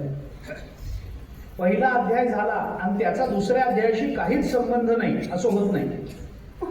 पाचवा अध्याय झाला आणि त्याचा चौथ्याशी संबंध नाही, सहाव्याशी संबंध नाही, असा पाचवा स्वतंत्र अध्याय आहे असं आपल्याला म्हणता येत नाही. प्रत्येक अध्यायाशी एक संबंध आहे. तो कोणता संबंध आहे हे सांगताना ज्ञानेश्वर महाराजांनी ज्ञानेश्वरीमध्ये असं म्हटलं, एवं जन्य जनक भावे अध्याय अध्यायाते प्रसवी. ज्ञानोबा असं म्हणतात, जन्य जनक भावानं अध्याय अध्यायाला प्रसवतो. आता हा जन्य जनक भाव काय आहे दरवर्षी सांगत आलोय मी. मागचा अध्याय हा पुढच्या अध्यायाचा जनक असतो आणि पुढचा अध्याय हा मागच्या अध्यायाचा जन्य असतो. पुढं मुलगा हा आपला जन्य असतो आणि मुलाला जन्म देणारे आपण मुलाचे जनक असतो. जो जन्माला येतो तो जन्य आणि जो जन्माला घालतो तो जनक, असा साधा विचार आहे. तसं दुसऱ्या अध्याय हा तिसऱ्या अध्यायाचा जनक आहे, तिसरा अध्याय चौथ्याचा जनक आहे, चौथा अध्याय पाचव्याचा जनक आहे, पण पाचवा अध्याय चौथ्याचा जन्य आहे, सहावा अध्याय पाचव्याचा जन्य आहे, सातवा अध्याय सहाव्याचा जन्य आहे. असा जन्य जनक भाव अध्यायामध्ये जसा ज्ञानेश्वरीचा दाखवता येतो, तसा हरिपाठाच्या प्रत्येक अभंगामध्ये आपल्याला हा जन्य जनक भाव दाखवता येतो. मागचा अभंग आणि पुढचा अभंग याच्यामध्ये काहीतरी अनुबंध असेल की नाही. जर याच्यामध्ये एक नाममहात्म्याचा विचार हा एकसूत्रीपणा जर आपल्याला एकच सूत्र जर या सगळ्या अभंगांमध्ये आपल्याला दिसत असेल तर अभंगामध्ये त्याच्यामध्ये काही ना काहीतरी अनुबंध ज्ञानोबारायांसारखा महात्मा ठेवणार नाही असं होणार नाही. असं आहे, विचारी मनुष्य बोलताना संयुक्तिक बोलतो. विचारी मनुष्य बोलताना मुद्द्यातून मुद्दा काढतो. अविचारी मनुष्य बोलतो त्याच्या दोन वाक्यामध्ये काही संबंध नसतो, काही संबंध नाही. एक वाक्य एक, दुसरं वाक्य दुसरं, या दोन वाक्याचा काय संबंध तर काही संबंध नाही, काही संबंध नाही. आणि असं बोलणं अवघड असतं. तुम्ही प्रयत्न करून बघा. मला तुम्ही 5 वाक्य अशी बोलून दाखवा की ज्या 5 वाक्याचा एकमेकांशी काही संबंध नाही. आता लगेच नको, घरी जाऊन बघा, उद्या लिहून आणा पाहिजे. आपण एक वेगळा कार्यक्रम करू इथं प्रवचनाच्या आधी. उद्या अभंग राहू द्या, तुमचा कार्यक्रम करू आपण. 5 वाक्य अशी बोलून दाखवा ना की ज्या वाक्याचा एकमेकांशी काही संबंध नाही. असं होत नाही, असं होत नाही. पण विचारी मनुष्य जेव्हा बोलतो, माणसाला ही सवय लागलेली, एक वाक्य बोलून झाल्यानंतर जेव्हा तो मनुष्य दुसरं वाक्य बोलतो तेव्हा दुसरं वाक्य पहिल्या वाक्यातल्या कुठल्या तरी शब्दाचा आधार घेऊनच बोलत असतो. प्रयत्न करून बघा आपण. त्यामुळे ज्ञानोबारायांसारखा विवेकी महापुरुष, ज्ञानोबारायांसारखा महात्मा जेव्हा अशा 27 अभंगांची आपल्याला रचना करून देतो आणि त्याच्यामध्ये नाम महात्म्याचं एक सूत्र अबाधित ठेवत असेल, मला सांगा, अनेक फुलांचा मिळून एक हार होतो, बरोबर आहे ना. अनेक फुलं आहेत, झेंडूची म्हणा, जाईची म्हणा, जुईची म्हणा, मोगऱ्याची म्हणा, काही म्हणा, एक आपण फुलं घेतो. ती फुलं जेव्हा आपण घेतो तेव्हा त्या एका फुलाचा देठ दुसऱ्या फुलाच्या प्रारंभाला येतो की नाही, माळेमध्ये येतच असतो. जर एक एक फुल एक एक हाताच्या अंतरावर जर घातलं तर तो हा गळ्यामध्ये घालण्यात काय तात्पर्य, असं चालत नाही. त्यामुळे ज्ञानोबारायांसारखा महापुरुष हे करताना त्याच्यामध्ये काही ना काहीतरी विचाराची संगती ठेवत असेल तर त्याच्यामध्ये जन्यजनक भावाचा विचार आपल्याला करणं शक्य आहे. आणि म्हणून आपल्याला जर चौथा अभंग यावर्षी बघायचा असेल तर चौथ्या अभंगाचा प्रारंभ करत असताना तिसऱ्या अभंगाच्या शेवटी ज्ञानोबाराय काय म्हणाले हे बघणं आवश्यक. आता तिसरा अभंग मागच्या वर्षी बघून झालाय, त्यामुळे ते मागच्या वर्षीच संपलंय. आता यावर्षी पुन्हा ते आठवायचं आणि त्याचं शेवटचं चरण काय होतं हे आठवत बसायचं. एवढा वेळ कोणाला आहे? तुम्हाला वेळ नाही मला माहिती आहे, मी सांगतो. तिसऱ्या अभंगाचं शेवटचं चरण काय? ज्ञानदेवा ध्यानी रामकृष्ण मनी अनंत जन्मोनी पुण्य होय. आणि भावे वेण भक्ती, भक्ती वेण मुक्ती, बळे वेण शक्ती बोलू नये. याच्यामध्ये काही ना काहीतरी अनुबंध आहे. ज्ञानदेवा ध्यानी रामकृष्ण मनी. आता ध्यानी मनी रामकृष्ण यायचं असेल तर त्याच्याकरता काही ना काहीतरी परिणाम घडले पाहिजेत की नाही? ध्यानी मनी रामकृष्ण, ज्ञानदेवा ध्यानी रामकृष्ण मनी, हे ध्यानी मनी एक करायचं. ज्ञानोबा म्हणतात आमच्या ध्यानी मनी रामकृष्ण आहे. म्हणजे आम्ही रामाचं ध्यान करतो आणि मनात कृष्ण ठेवतो असा त्याचा अर्थ नाहीये. ध्यानी मनी याचा अर्थ काय? आपण व्यवहारामध्ये हा शब्द वापरतो की नाही? काय नाव त्यांच्या ध्यानी मनी तेच असतं. पैसा पैसा पैसा पैसा, ध्यानी मनी पैसा म्हणतो की नाही आपण व्यवहारामध्ये? ध्यानी मनी म्हणजे काय? म्हणजे त्या पदार्थाचा अखंड विचार करणं, याला ध्यानी मनी असं म्हणतात. सरळ आहे. ध्यानी मनी तेच आहे. ध्यानी मनी सत्ता, ध्यानी मनी संपत्ती, ध्यानी मनी संतती, ध्यानी मनी वगैरे वगैरे वगैरे आपण म्हणतो. हे ध्यानी मनी असणं म्हणजे अखंड त्याचा विचार करणं. ज्ञानोबा म्हणतात आम्ही रामकृष्ण हरी या पदाचा अखंड विचार करतो. आमच्या ध्यानी मनी तेवढंच आहे, बस, दुसरं काही नाही. दिनरजनी हाच धंदा गोविंदाचे पवाडे, तुकोबराय बोलतात ना, आम्हाला अहोरात्र तेवढाच विचार चालू आहे. जागृती स्वप्नी पांडुरंग, ध्यानी मनी तेच चालू आहे. आम्ही जागृतीत असतो तेव्हा त्याचं ध्यान करतो आणि स्वप्नात असतो मनात तेच असतं. कारण स्वप्नामध्ये मन जाग आहे. त्यामुळं आता तो विचार सोडून द्या, पण ध्यानी मनी रामकृष्ण आहे. मग त्याच्याने काय होतं? अनंत जन्मोनी पुण्य होय, हा त्याचा परिणाम. आता हे ध्यानी मनी रामकृष्ण यायचं असेल आणि अनंत जन्मोनी पुण्य निर्माण व्हायचं असेल, आम्हाला जर त्या परमात्म्याची प्राप्ती तशा अर्थाने व्हायची असेल तर ध्यानी मनी रामकृष्ण यावा याच्याकरता अंतःकरण काही कायम तयार आहे का? अहो, विठ्ठल विठ्ठल विठ्ठल म्हणा म्हटलं तर माणसं म्हणत नाही. आता प्रवचन झालं ना की आपण कुंडली कवरदा करतो, विठ्ठल विठ्ठल विठ्ठल विठ्ठल म्हणतो. माणसं नुसती टाळ्या वाजवतात पण तोंडानं म्हणत नाही. मी इथलं सांगत नाहीये, मी तुम्हाला उदाहरण म्हणून सांगतो. नुसती टाळ्या वाजवतात आणि झटकून निघून जातात, पण हे विठ्ठल विठ्ठल आपण म्हटलं पाहिजे असं वाटत नाही, तोंडाला येत नाही. जयाचे वाचे पुढा भोजे, नाम नाचता असे माझे, जन्म सहस्त्र ओळखीचे एक वेळ यावया. भगवान म्हणतात 9वा अध्याय ज्ञानेश्वरीचा बघा आपण. एकदा देवाचं नाव तोंडाला येण्याकरता हजारो जन्माचं पुण्य एकत्रित करावं लागतं. भगवान बोलतात वाचे पुढा भोजे, नाम नाचत असे माझे. त्याच्याकरता काय लागतं? जन्म सहस्त्र ओळखीचे, हजारो जन्माचं पुण्य एकत्रित करावं लागतं. तर काय होतं? एक वेळ यावया. भगवंताचं नाम एकदा मुखाला येण्याकरता हजारो जन्माचं पुण्य एकत्रित करावं लागतं. आणि एवढं पुण्य एकत्रित करून देवाचं नाव एकदा तोंडाला आलं तर येण्याची शक्यता आहे, येईलच याची शाश्वती नाही. कोण म्हणतं सांगा ना? नुसतं राम म्हणलं तर माणसाला म्हणावं वाटत नाही. राम म्हण, हा तेच, पण म्हणत नाही. तेच म्हणायला त्याच्याकडे शब्द आहेत, पण राम म्हणायला त्याच्या अंगात ताकद नाही. असेल ते असेल, मला काही फार त्याच्याबद्दल चिकित्सा करण्याचं कारण नाही आहे.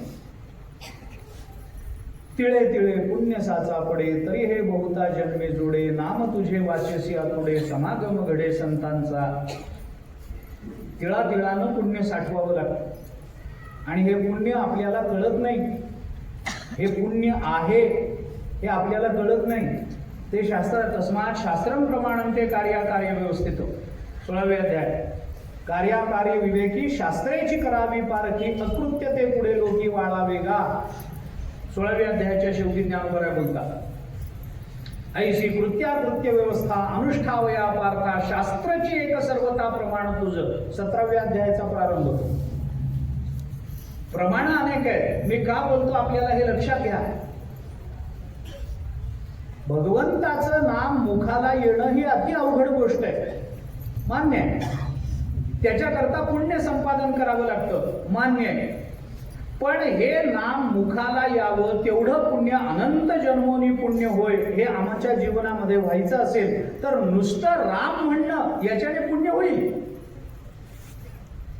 याच्याने पुण्य होईल, होणार नाही असं नाही. अहो, माणसाला जांभई आली तरी राम राम राम राम राम करतात. देवाचं नाव आलं की नाही तोंडाला, आलं. पुण्य मिळेल की नाही, मिळेल. ह्याने काही हेतूतः नाम घेतलंय का सहज आलंय? सहज आलं, सहज आलं. ठेच लागली तरी माणूस राम म्हणतो. सहसा म्हणत नाही, पण एखादा म्हणतो. काही माणसाला थोडासा त्रास झाला तर देवाचं नाव आठवतं त्याला, मान्य आहे. पण हे अशा अडचणीच्या काळामध्ये देवाला आठवल्याचं जे नाम जे मुखाला येतं त्याच्याने पुण्य मिळत नाही का? मिळतं ना, पण लगेच नाही मिळत. म्हणून नामस्मरण, ध्यानी मनी रामकृष्ण यायचं असेल ना, ज्ञानोबा म्हणतात ज्ञानदेवा ध्यानी रामकृष्ण मनी, मान्य आहे. हे ध्यानी मनी भगवंताचं चिंतन जर व्हायचं असेल, भगवंताचं नाम जर यायचं असेल तर नुसतं नाम घेऊन चालत नाही. त्याच्या मागे आणखीन एक भूमिका लागते. त्याला म्हणतात ते नामस्मरण करताना अंतःकरणामध्ये भाव लागत असतो. भाव पाहिजे. आम्ही भाव नसताना सुद्धा घेतलेलं नाम पुण्य देत नाही असं नाही, देत नाही असं नाही. वाटीमध्ये साखर आहे, हिला साखर म्हणतात असं बाळाला, रांगणाऱ्या लेकराला कळत नाही. तरी ते मूल रांगत रांगत वाटीकडे जातं आणि ही साखर आहे हे माहिती नसताना साखर खातं. ती त्याला कडू लागते काय? गोडच लागते ना. माहिती नसताना जर साखर खाल्ली तर ती गोड लागते. तर ज्ञान नसताना नाम घेतलं तर ते काही कडू लागेल काय? ते काही परिणाम करणार नाही का? करेलच की. आम्हाला कळो अथवा न कळो, आम्ही जांभई देताना घेऊ, आम्हाला ठेच लागल्यानंतर घेऊ, आम्ही सहज घेऊ, कारण नसताना घेऊ, एखाद्याला हाक मारण्याकरता नाम घेऊ, आपण त्याचं काहीही केलं तरी. म्हणून तर आपल्याकडे मुलांची नावं देवावर ठेवायची सवय, पद्धत आहे. मुलांना देवाची नावं ठेवा. का असेल, का परंपरा ही निर्माण झाली? कारण हे माहिती आहे लोकांना की बहुतेक लोक अजामेळ असतात. त्यांना नारायण म्हणायचंच नसतं. पोराचं नाव ठेवलं तरच नारायण तोंडाला येते. ठेवा मुलाची नावं देवाच्या नावावर, बिघडलं काय? निदान त्या निमित्तानं तरी भगवंताच्या नामाचा उच्चार होईल. ठीक आहे, अजामेळाचं उदाहरण दिलं जातं. मुलासाठी म्हणून त्याने नामोच्चार केला, पण भगवंताचे दूत आलेच ना त्याला न्यायला. परिणाम झाला की नाही? झाला, कालांतरात. पण भावपूर्ण नाम हे आमच्या जीवनावर त्वरित परिणाम करणार असतं. नामाला भावाची जोड देणं म्हणजे नामाचा लगेचच परिणाम भोगणं आहे. भावाची जोड नसलेलं नाम परिणाम करत नाही असं नाही. ते परिणाम करतं, पण कालांतराने करतं. म्हणून मग आम्हाला जर अशा पद्धतीनं ध्यानी मनी रामकृष्ण ठेवायचं असेल तर त्याच्याकरता आमच्या अंतःकरणामध्ये पहिल्यांदा भाव निर्माण झाला पाहिजे.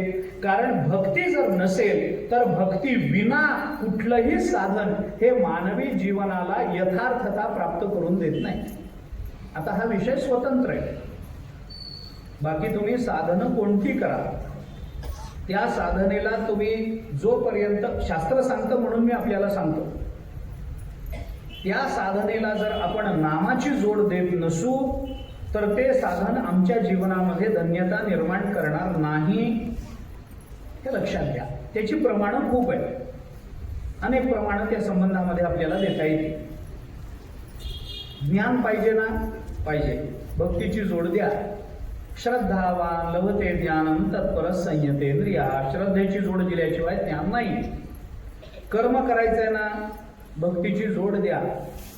भक्ती अंतःकरणात असताना केलेलं कर्म, म्हणून यद करोशी यदाशनासी यद जुहोसी ददासी यद तपस्यसी कौंतेय तत्पुरुष व मदर्पण, हे सांगण्यात आलं. योग करायचा आहे ना, भक्तीची जोड पाहिजे. तत्रैकाग्रम मनःपूर्वक 6वा अध्याय, त्याच्या खालची ज्ञानोबरांची पहिली ओळी, मग तेथ आपण करोनी सद्गुरु स्मरण, भक्तीची जोड द्या. कर्म करा, ज्ञान प्राप्त करून घ्या, काही करा, त्याला भक्तीची जोड देणं कलियुगामध्ये महत्वाचं आहे. याच्याकरता म्हणून ज्ञानोबराय भक्तीचा विचार सांगतात. आम्हाला आमच्या अंतःकरणामध्ये ध्यानी मनी परमात्मा पाहिजे. ती जर भक्ती असेल तर ती भक्ती कशी निर्माण होईल, त्याला भाव लागतो. म्हणून भावे वीण भक्ती, भक्ती वीण मुक्ती, बळे वीण शक्ती बोलू नये. याची संगती या चरणाची फक्त सांगून जातो. हे जे सांगितलं ना, भावे वीण भक्ती 1, भक्ती वीण मुक्ती 2, बळे वीण शक्ती 3, या तिन्हीला मिळून ज्ञानोबरांनी शब्द वापरला बोलू नये. हे बोलू नये काय? बोलू नये हा जो शब्द आहे ना, याचा आपल्याला वाच्यार्थ घ्यायचा नाही.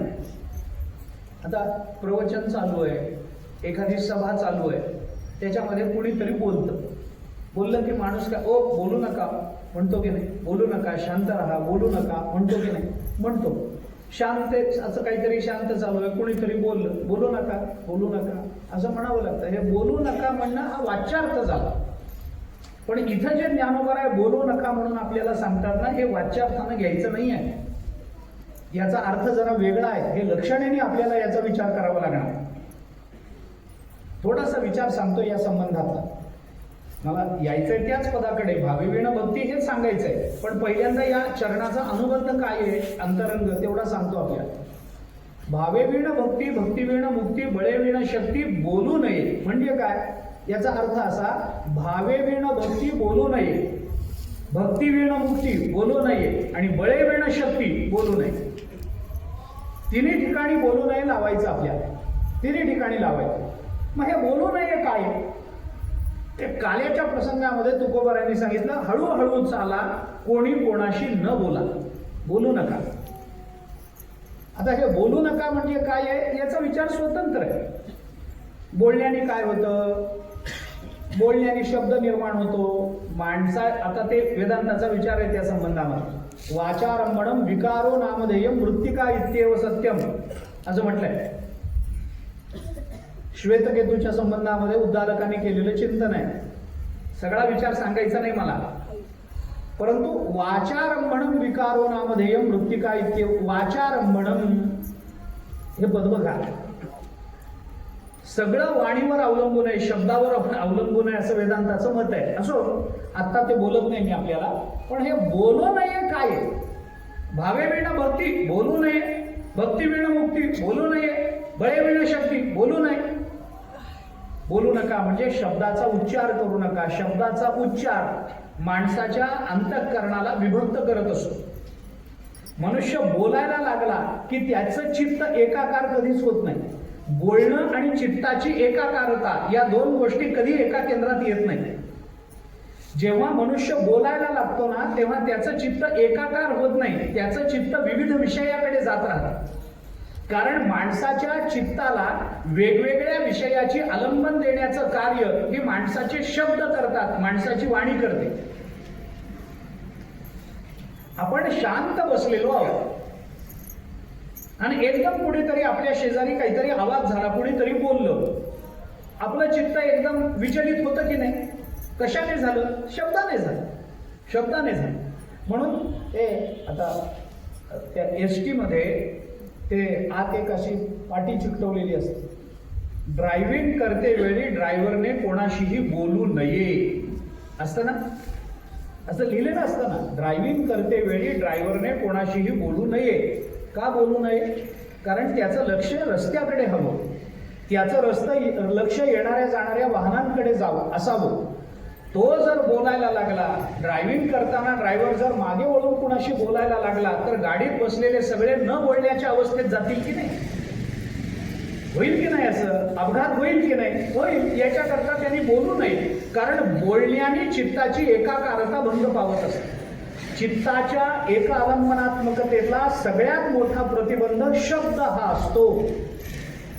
म्हणून तुकोबारायांनी म्हटलं, संबंध तुटावा शब्दाचाही स्पर्श म्हणून असं मोकलिली. हा विचार आहे. आता हा खूप तात्विक विचार आहे, कंटाळा येईल तुम्हाला याचे जर विस्तार मी करत बसलो तर. पण वाचारंभणं विकारो नामधेयम, या वाचारंभणतेला वेदांत किंवा उपनिषद विकार म्हणतात आणि तुकोबाराय संबंध तुटावा शब्दाचाही स्पर्श म्हणतात. या दोन्हीचा अर्थ एकच आहे. पण हे बोलू नये या अर्थाने या अभंगामध्ये हा शब्द आलेला नाही. मला हे सांगायचं, बोलू नका असं म्हणतो मनुष्य. कधी म्हणतो? जर त्याच्या बोलण्याचा त्रास होत असेल तर बोलू नका म्हणतो. आणि बोलू नये या शब्दाची लक्षणं अशी आहे, याचा दुसरा अर्थ असा आहे, बोलू नये हा शब्द अशक्यता सांगण्याकरता वापरला जातो. अशक्यता, जिथे शक्यता नसते, अशक्यता असते, तिथे बोलू नये असा शब्द वापरला जातो. उदाहरण सांगतो व्यवहारातलं आपल्या. अहो, तुमच्या शेजारी ते अमके अमके ग्रहस्थ राहतात, चांगले शिकलेले आहेत, विद्वान आहेत. तुम्ही प्रवचनाला येताना त्यांना का नाही घेऊन येत? असं जर एखाद्याला विचारलं तर तो म्हणतो, कोण? आमच्या शेजारचे ते अमुक अमुक. हो, त्यांना का नाही तुम्ही प्रवचनाला आणा? असं विचारलं तर माणूस म्हणतो, ते आणि अध्यात्म बोलू नका. हे म्हणतो ना आपण, हे बोलू नये काय, बोलू नका काय, अशक्य कोटी सांगायची असेल तर बोलू नये या शब्दाचा लक्षणेने विनियोग होतो. लक्षात घ्या, त्यांच्याबद्दल बोलू नका असं नाही आहे.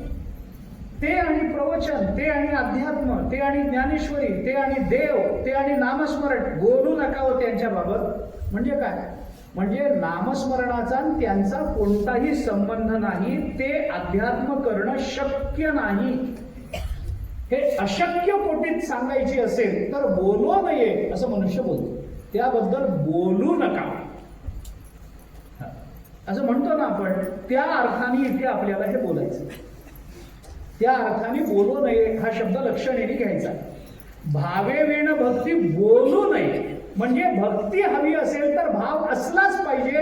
भाव नाही पण भक्ती आहे, बोलूच नका, शक्यच नाही. भक्ती वेण मुक्ती बोलू नये. अरे भक्ती अंतःकरणात नाही तरी मोक्ष मिळाला, शक्यच नाही, बोलूच नका. आणि बळे वेण शक्ती बोलू नये. अंगात बळ नाही तरी शक्तीचा संबंधाने शक्ती प्रदर्शन करतो, शक्यच नाहीये. बळे वेळ शक्ती, अरे अंगात बळ नाही आणि बोलतो काय? माणसं बळ नसताना बोलतात. आमच्याकडे एक म्हण आहे, तिकडं तेलंगणाचा आमचा जवळचा प्रांत आहे, देगलूरकडे. तेलंगण जवळ आहे आम्हाला, त्यामुळे आमच्याकडे एक म्हण आहे, हात पाव में दम नाही, हम किसी से कम नाही. बळे वेळ शक्ती बोलू नये. अंगात बळ नाही, शक्तीच्या कल्पना कसल्या म्हणतात? अंगामध्ये ताकद नाही आणि मी अमुक करेन, मी तमुक करेन, मी पर्वत उचलून आणेन, मी हे करीन आणि ते करेन. काय उपयोग आहे त्याचा? ज्याच्या अंगात बळ आहे त्याने त्या गोष्टी मानाव्यात, त्या गोष्टी बोलाव्यात. बोलू नये म्हणजे अशक्य कोटीतली गोष्ट आहे. मुंगीवरी घालू गजाचे पालाण बोलू नये. तुकोबारायांच्या भाषेत बोलायचं असेल ते बोलू नये, बोलू नये, बोलू नये. काय आहे? म्हणजे शक्यतेचा अभाव आहे. अवघड आहे नाही, अशक्य आहे असं सांगायचं असेल तिथे हा शब्द आहे.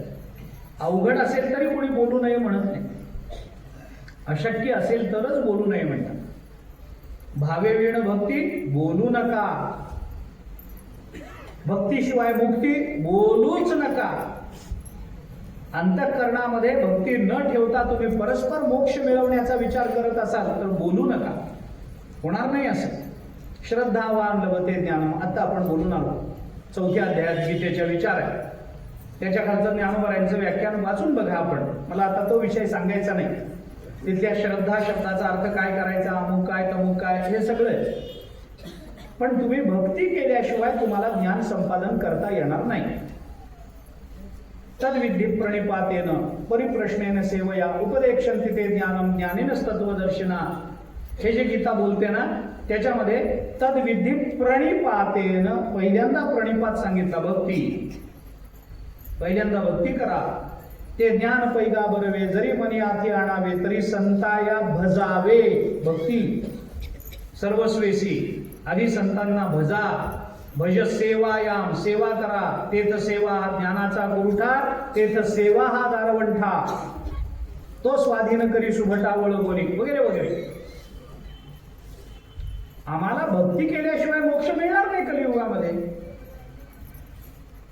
ज्ञानानं मोक्ष मिळतो बरोबर आहे, पण ज्ञान कसं होतं? भक्ती नव्हतं. त्याची संगती कशी लावायची लावा आपण. नारद भक्ती सूत्रामध्ये त्याचा विचार विस्ताराने मांडलाय नारद महर्षीने.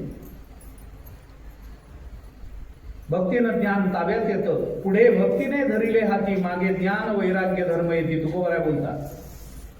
इंजिन आल्यावर मागच्या डब्यांना जसं आमंत्रण द्यावं लागत नाही, तसं अंतःकरणामध्ये भक्ती निर्माण झाल्यानंतर ज्ञानाला आमंत्रण द्यावं लागत नाही. ज्ञान स्वतःहून आमच्याकडे येतं जर आमच्या अंतःकरणात भक्ती असेल तर.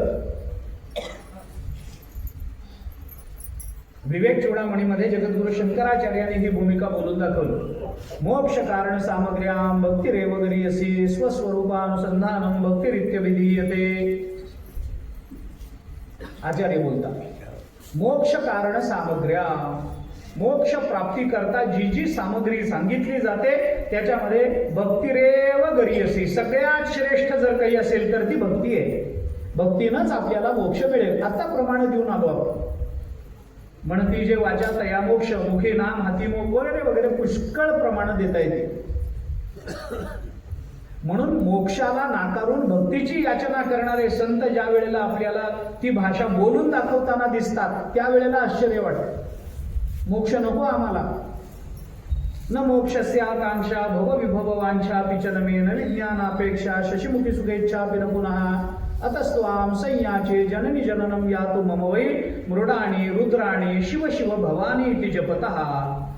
दिव्य परादक्षिणापन स्तोत्र जगद्गुरु शंकराचार्य बोलतात. अशी प्रमाण खूप देतो मी आपल्याला. हे सगळं कशा करता मी आपल्याला सांगतो. भक्ती विण मुक्ती शक्यच नाही, आणि बळ नसताना शक्ती शक्यच नाही. बळे विण शक्ती बोलू नये, तसं भावे विण भक्ती बोलू नये. अंतःकरणामध्ये भाव नसताना भक्ती निर्माण होते, ती शक्यतेच्या पोटीतली गोष्टच नाहीये. भाव विरहित भक्ती ही संकल्पना सिद्ध होत नाही.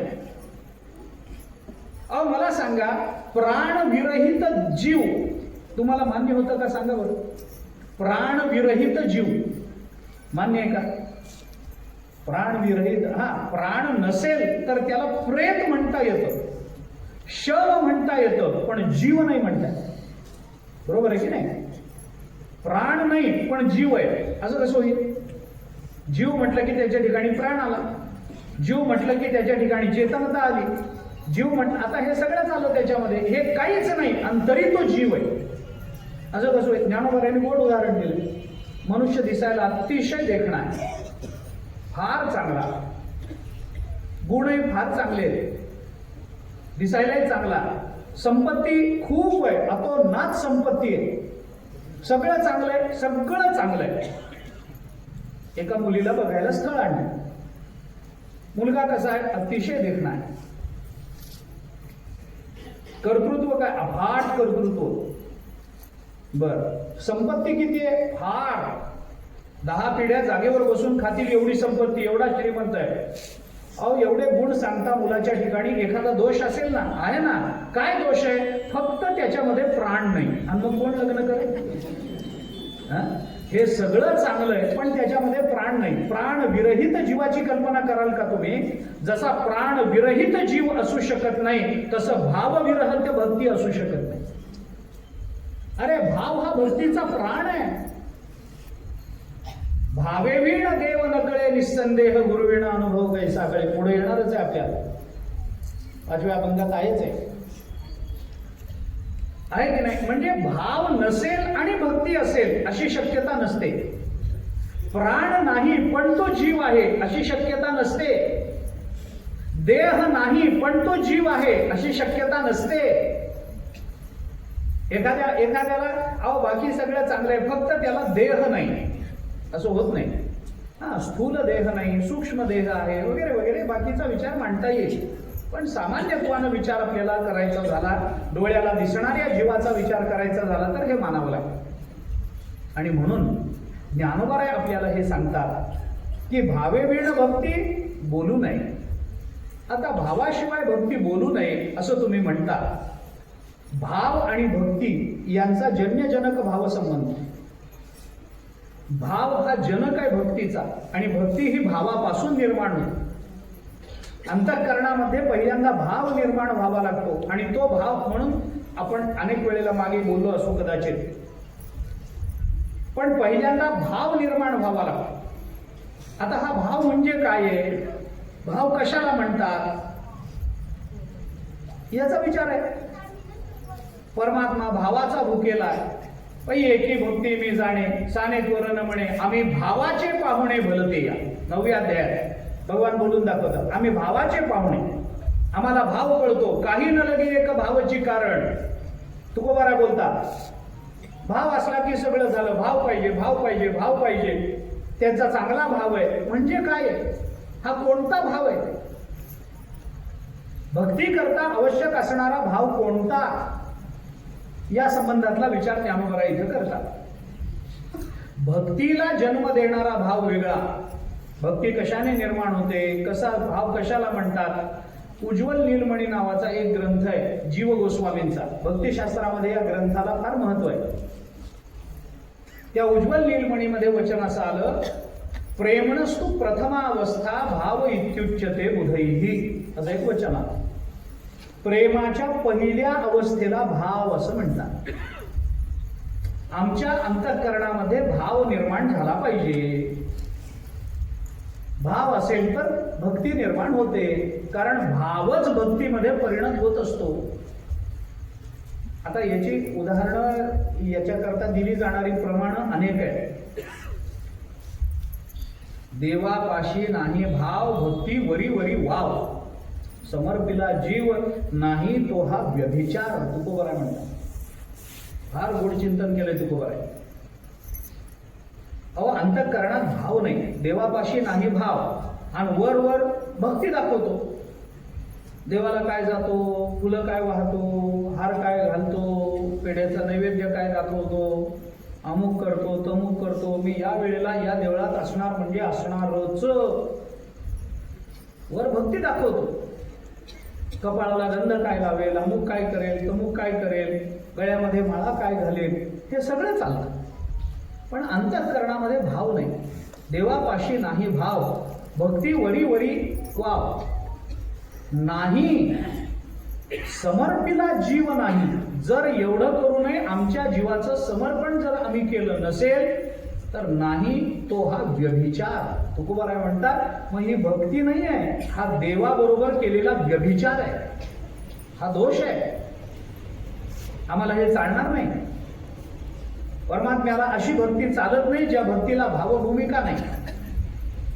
अशी भक्ती भक्ती म्हणून मान्य होत नाही की ज्या भक्तीच्या मुळाशी भाव नाही. कारण भाव असल्याशिवाय आपण आता हे किती उदाहरण, मी थोडंसं अवघड बोलू. आपण साहित्यशास्त्रामध्ये चला. स्थायी भाव असल्याशिवाय विभाव अनुभव निर्माण होत नाही, आणि विभाव अनुभव असल्याशिवाय रस निर्माण होत नाही. रस म्हणजे परमात्मा आहे. रसो वै सहा रस येवायम लब्धो आनंदी भवती, उपनिषदाने म्हटलंय. कुठल्याही पदार्थ रस निर्माण होण्याकरता भाव लागतो. तो विभाव अनुभव व्यभिचारी भाव, 3 भाव लागतात. आता हे साधं सरळ आहे. त्या नाट्यशास्त्राचा विचार आहे. भरत मुनींनी नाट्यशास्त्रामध्ये असं म्हटलंय, तत्र विभाव अनुभाव व्यभिचारी भाव संयोगात रस निष्पत्ती ही, असं सूत्र आहे. अंतःकरणामध्ये विभाव. आता हा विभाव म्हणजे काय, स्थायी भावाला रसरूपापर्यंत नेणारा विभाव असतात. हे अवघडच आहे सगळं, मला कल्पना आहे. तुम्हाला हे फार कंटाळवाणं होत असेल कदाचित, पण हे ऐका, हे महत्वाचं आहे. असं आहे,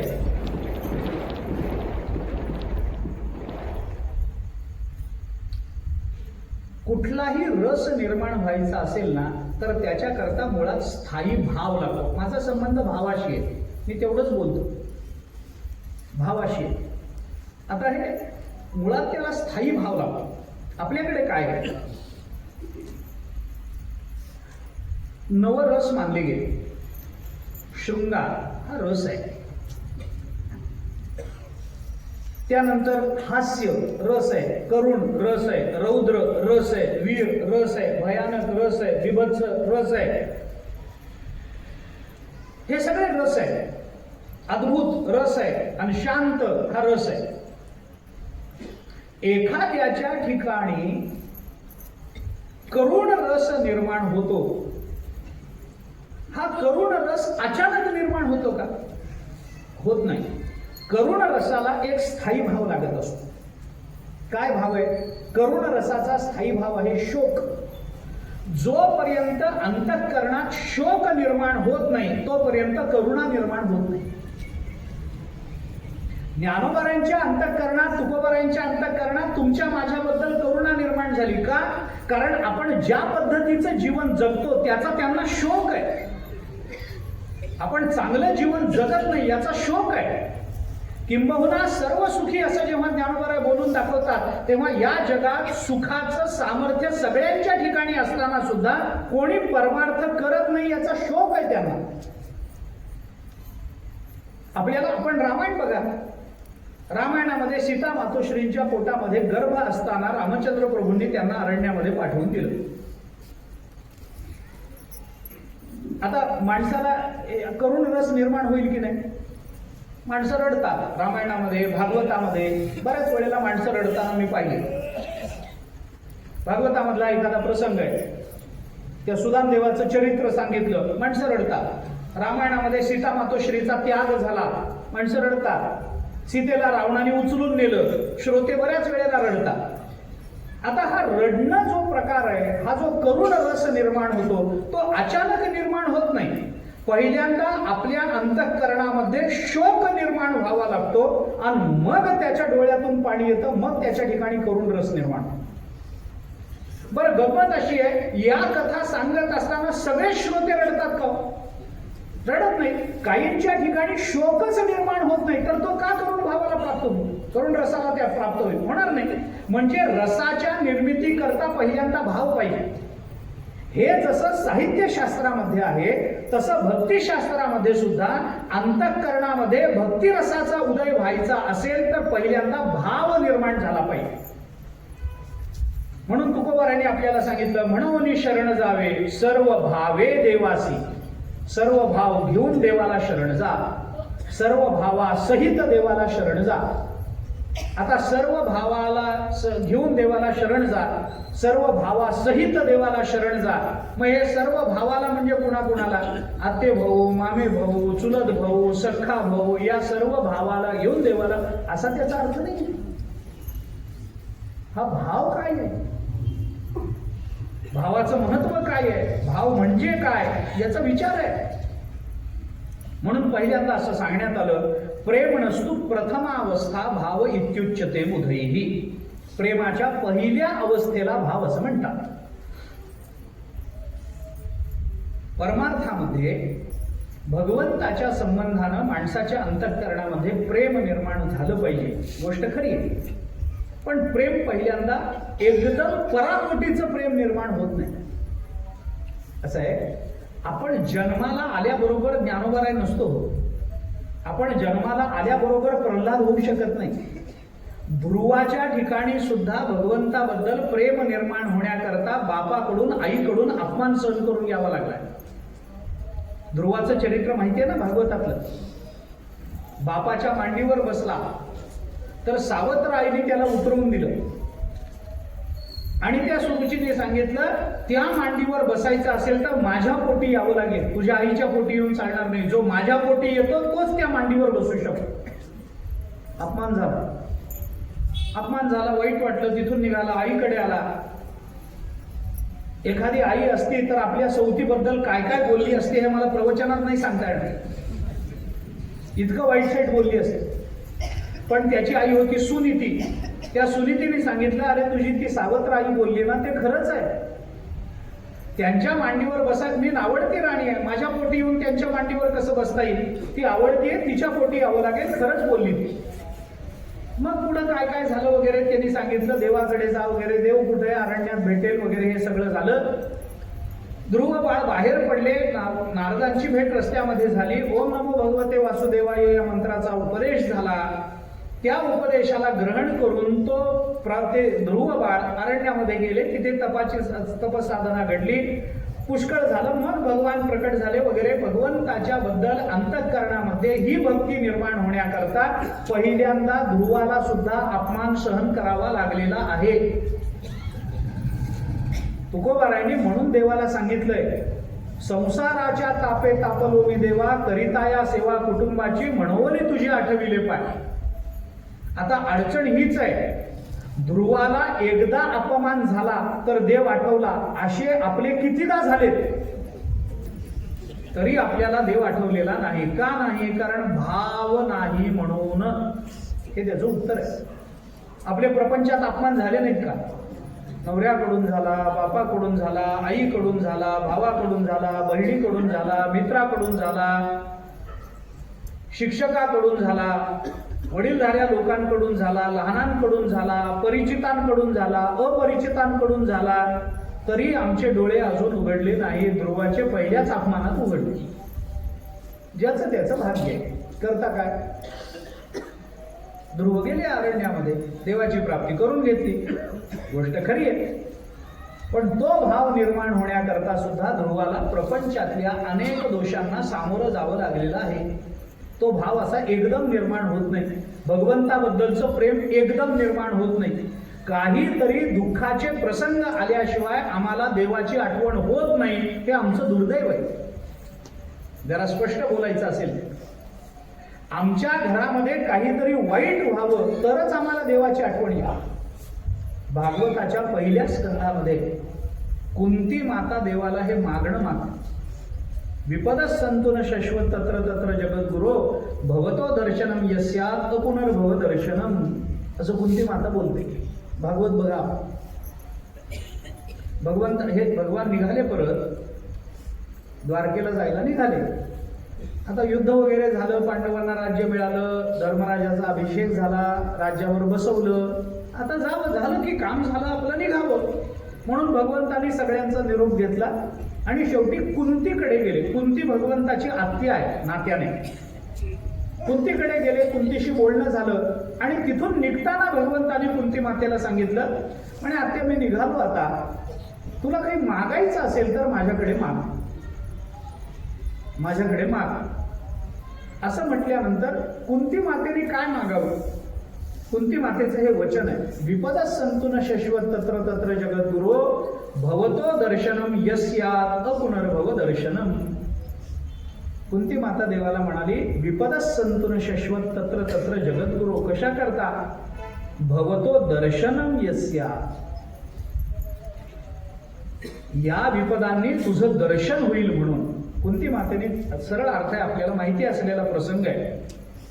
कुंती मातेने देवाला सांगितलं, देवा एक काम करा म्हणे आमच्या बाबा. काय? आमच्या पांडवांवर वारंवार संकट यावीत, एवढंच माझं मागणं आहे. आमच्या जीवनावर वारंवार संकट यावीत, पांडव कायम संकटात पडावे, पांडवांवर कायम आक्रमण व्हावीत, पांडवांना कायम त्रास व्हावा, एवढीच माझी आई म्हणून मागणी आहे. कोण मागतो हो असं? माझ्या पाचही मुलांना त्रास व्हावा कोणती आई मागेल? विपदा कोण मागेल? दुःख कोण? मजलागी दुःख व्हावे ऐसे कोणी भावे ना जीवे, तुकोबाराय बोलतात. मला दुःख व्हावं कुणालाही वाटत नाही, पण कुंती मातेने हे मागून घेतले. विपदः सन्तु न शश्वत तत्र तत्र जगद्गुरो. कशा करता? भगवंताने विचारलं, कशा करता हे मागते? अगं दुःख मागते तू. हो, कायम आमच्यावर संकट यावे. संकटाची अपेक्षा का करते? कुंती मातेनं सांगितलं, काही नाही देवा, पांडवांवर संकट आलं की तुम्ही धावून येता आणि तुम्ही वारंवार आमच्याकडे धावत यावं, याच्याकरता आमच्या जीवनात कायम संकट पाहिजे. काय भूमिका असेल? मला गंमत ही वाटते की संकट मागून घेतली देवा करता, आमच्या जीवनात अनायासे येतात तर आम्हाला देवाचं स्मरण होत नाही. संकट काय पांडवांवर आली, आमच्यावर आली नाहीत का? त्यावेळेला आम्ही देवाला नावं ठेवतो, त्यावेळेला आम्ही देवाच्या नावाने बोटं मोडतो. मला एकाने सांगितलं तुमच्या देवाला आमचं सुखच बघवत नाही. आता काय सुख बघवत नाही म्हणजे काय? हा, तुमच्या देवाला अहो काय झालं, आमच्या एका मित्राची बायको गेली. मी चातुर्मासात होतो, मला काही भेटायला जाता आलं.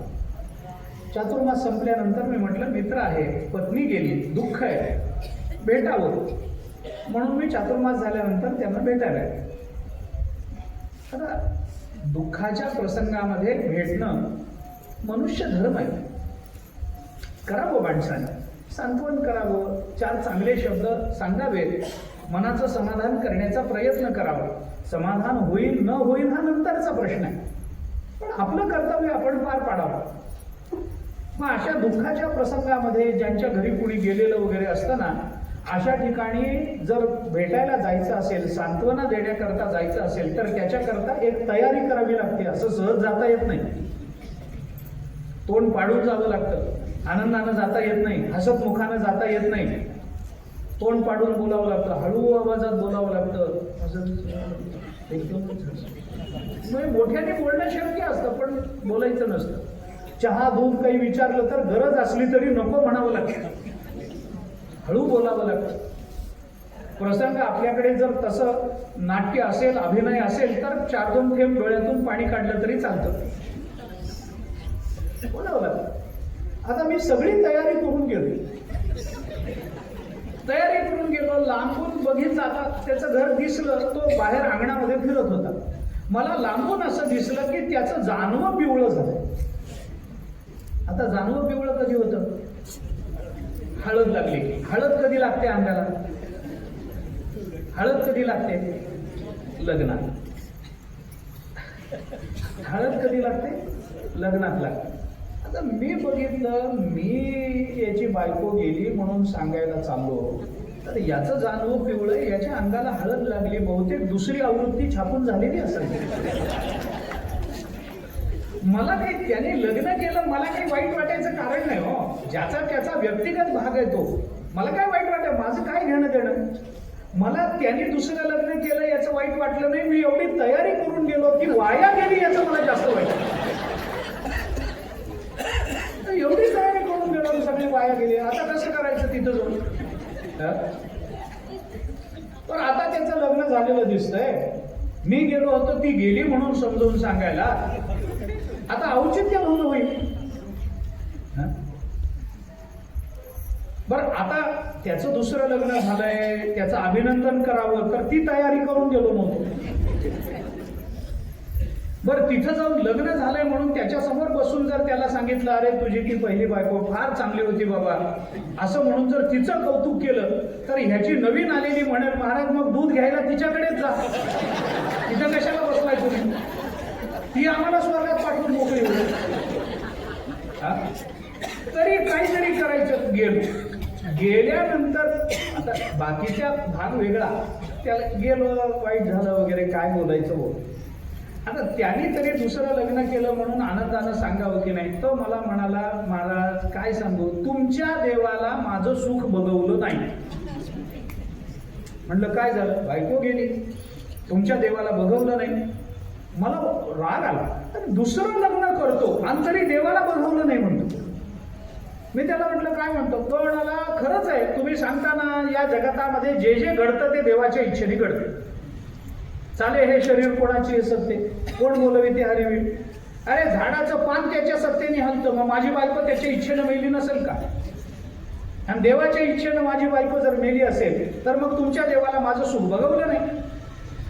मला राग आला. मी त्याला म्हटलं, बघ तू असं बोलू नको. तो म्हणला म्हणजे काय? तुमच्या देवाला माझं सुख बघ. मी म्हटलं भल्या माणसा, माझ्या देवाला 16,108 बायका आहेत.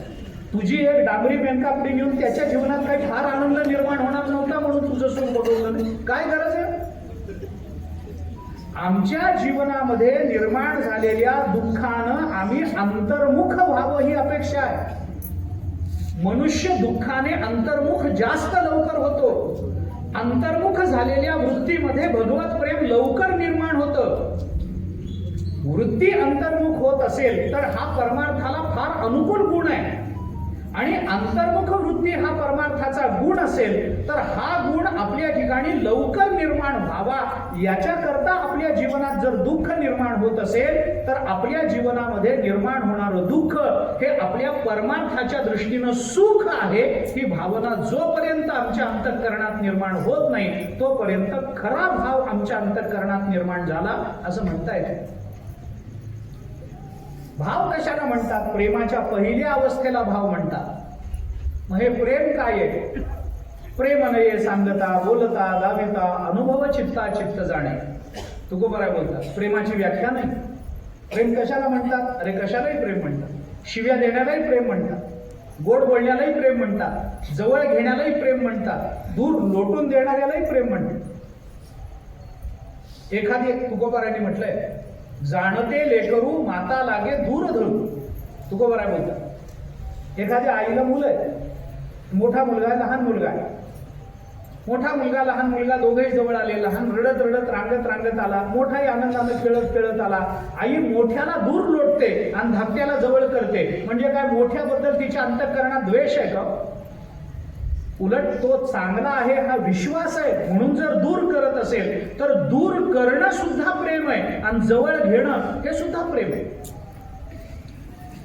कौतुक करणंही प्रेम आहे आणि शिव्या देणं हेही प्रेम आहे. मुलगा वर्गात पहिला आला, आईने त्याला जवळ बोलवून त्याच्या डोक्यावरून हात फिरवला, त्याचं कौतुक केलं, प्रेम आहे की नाही? पण मुलाला कमी मार्क पडले, आई त्याला शिव्या देते, प्रेम आहे का नाही मला सांगा?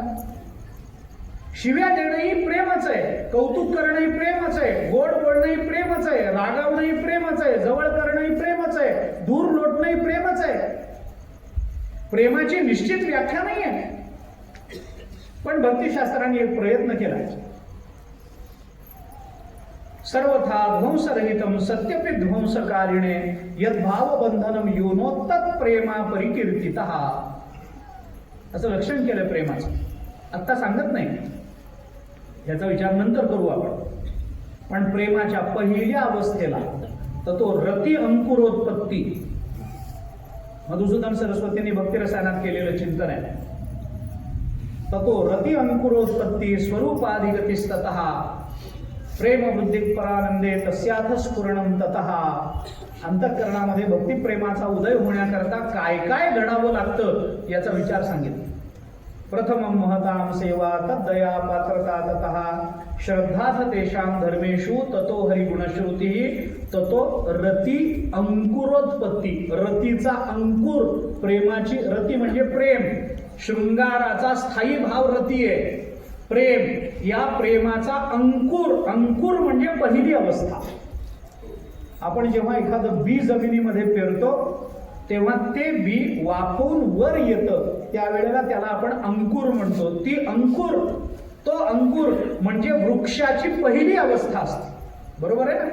अंकुर येणं, अंकुर फुटणं म्हणजे काय? वृक्षाची पहिली अवस्था. तर रतीचा अंकुर म्हणजे प्रेमाचा अंकुर म्हणजे प्रेमाची पहिली अवस्था, त्याला भाव असं म्हणतात. भाव आहे. प्रेमाच्या पहिल्या अवस्थेला भाव म्हणतात आणि प्रेमाच्या शेवटच्या अवस्थेलाही भाव अशीच संज्ञा आहे. शेवटची अवस्था जी ज्ञानोबारायांच्या ठिकाणी दिसते, जी तुकोबारायांच्या ठिकाणी दिसते, ती प्रेमाची अति उच्च अवस्था आहे. शेवटची नाही म्हणणार, पण अति उच्च, कारण प्रेमाला शेवट नसतो. गुणरहितम कामनारहितम प्रतिक्षण वर्धमानम नारद महर्षीने म्हणतात. ते प्रतिक्षण वर्धमान होणारं प्रेम असतं. त्यामुळे प्रेमाला अंत नाही. प्रेम हा शब्द मी पारमार्थिक अर्थाने वापरतोय. त्या प्रेमाला अंत नाही. प्रेमामध्ये अंत होईल, पण प्रेमाचा अंत कधी होऊ शकत नाही. वाढतच राहत. अतिशय उच्च अवस्था, शेवटची भूमिका, अति उच्च भूमिका, त्यालाही भाव असंच म्हणतात. प्रेमाची पहिली अवस्था भाव, प्रेमाची शेवटची अवस्था भाव. भावे वीण भक्ती, भक्ती वीण मुक्ती, बळे वीण शक्ती, बोलू नये. काय या फरक आहे? प्रेमाच्या पहिल्या अवस्थेला भाव म्हणता, प्रेमाच्या शेवटच्या अवस्थेला भाव म्हणता. याच्यात अंतर काय? जमीन आसमानाचं अंतर आहे. प्रेमाच्या पहिल्या अवस्थेला भाव म्हणतात. फरक असा आहे की तो भाव ज्याच्या अंतःकरणात निर्माण होतो त्याच्यावर परिणाम होत असेल तर पहिली अवस्था, आणि तो भाव निर्माण झाल्यानंतर ज्याच्या संबंधाने निर्माण होतो त्याच्यावर परिणाम होत असेल तर शेवटची अवस्था. अवघड आहे, सोपं सांगतो. पांडुरंगाचं स्मरण केल्यानंतर माझ्या डोळ्यात पाणी येत असेल तर ती प्रेमाची पहिली अवस्था आहे, आणि मी पांडुरंगाचं स्मरण केल्यानंतर पांडुरंगाच्या डोळ्यात पाणी येत असेल तर ती प्रेमाची शेवटची अवस्था. हा फरक. दोन्हीमध्ये भाव, दोन्ही नाही भावच म्हणतात. पण तुकोबाराय, मी जेव्हा अभंग गातो तेव्हा माझ्या ठिकाणी अष्टसात्विक भाव निर्माण होतात आणि मला भगवंताबद्दल प्रेम वाटतं. पण तुकोबाराय जेव्हा अभंग गातात तेव्हा मी डोलत नाही, पांडुरंग डोलतो. बोलू ऐसे बोल जेणे बोले विठ्ठल डोले, पांडुरंग डोलतो. तुकोबाराय म्हणतात आम्ही असं भजन करू की आम्हाला डोल येईल नवल नाही, पांडुरंग विटेवर उभं राहून डोलेल, असं आमचं भजन आहे. ही प्रेमाची शेवटची अवस्था, यालाही भाव म्हटलं जातं.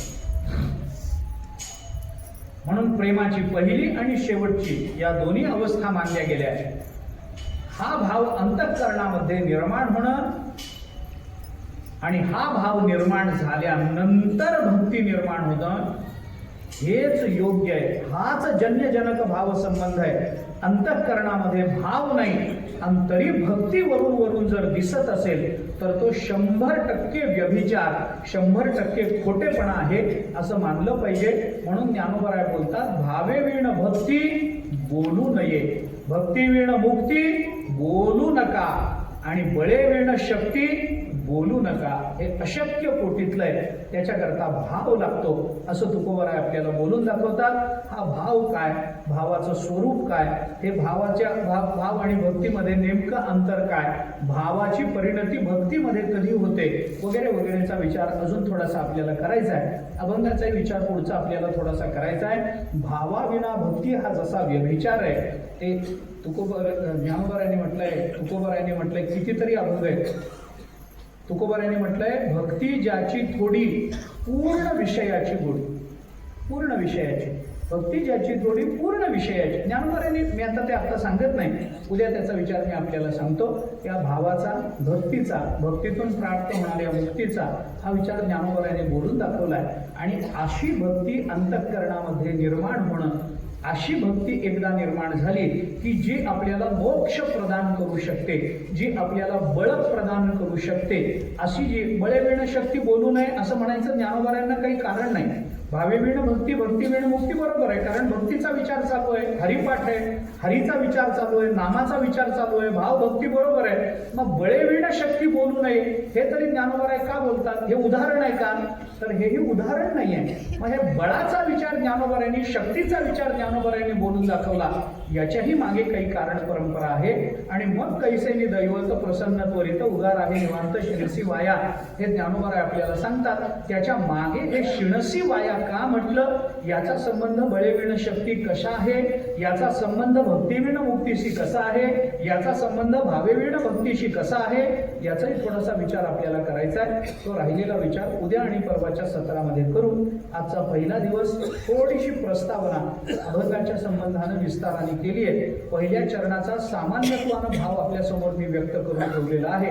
राहिलेला विचार आणि अभंगाचा पुढचा विचार आपण उद्याला पाहू. कुंडलिक वरदेह विठ्ठल श्री ज्ञानदेव तुकाराम विठ्ठला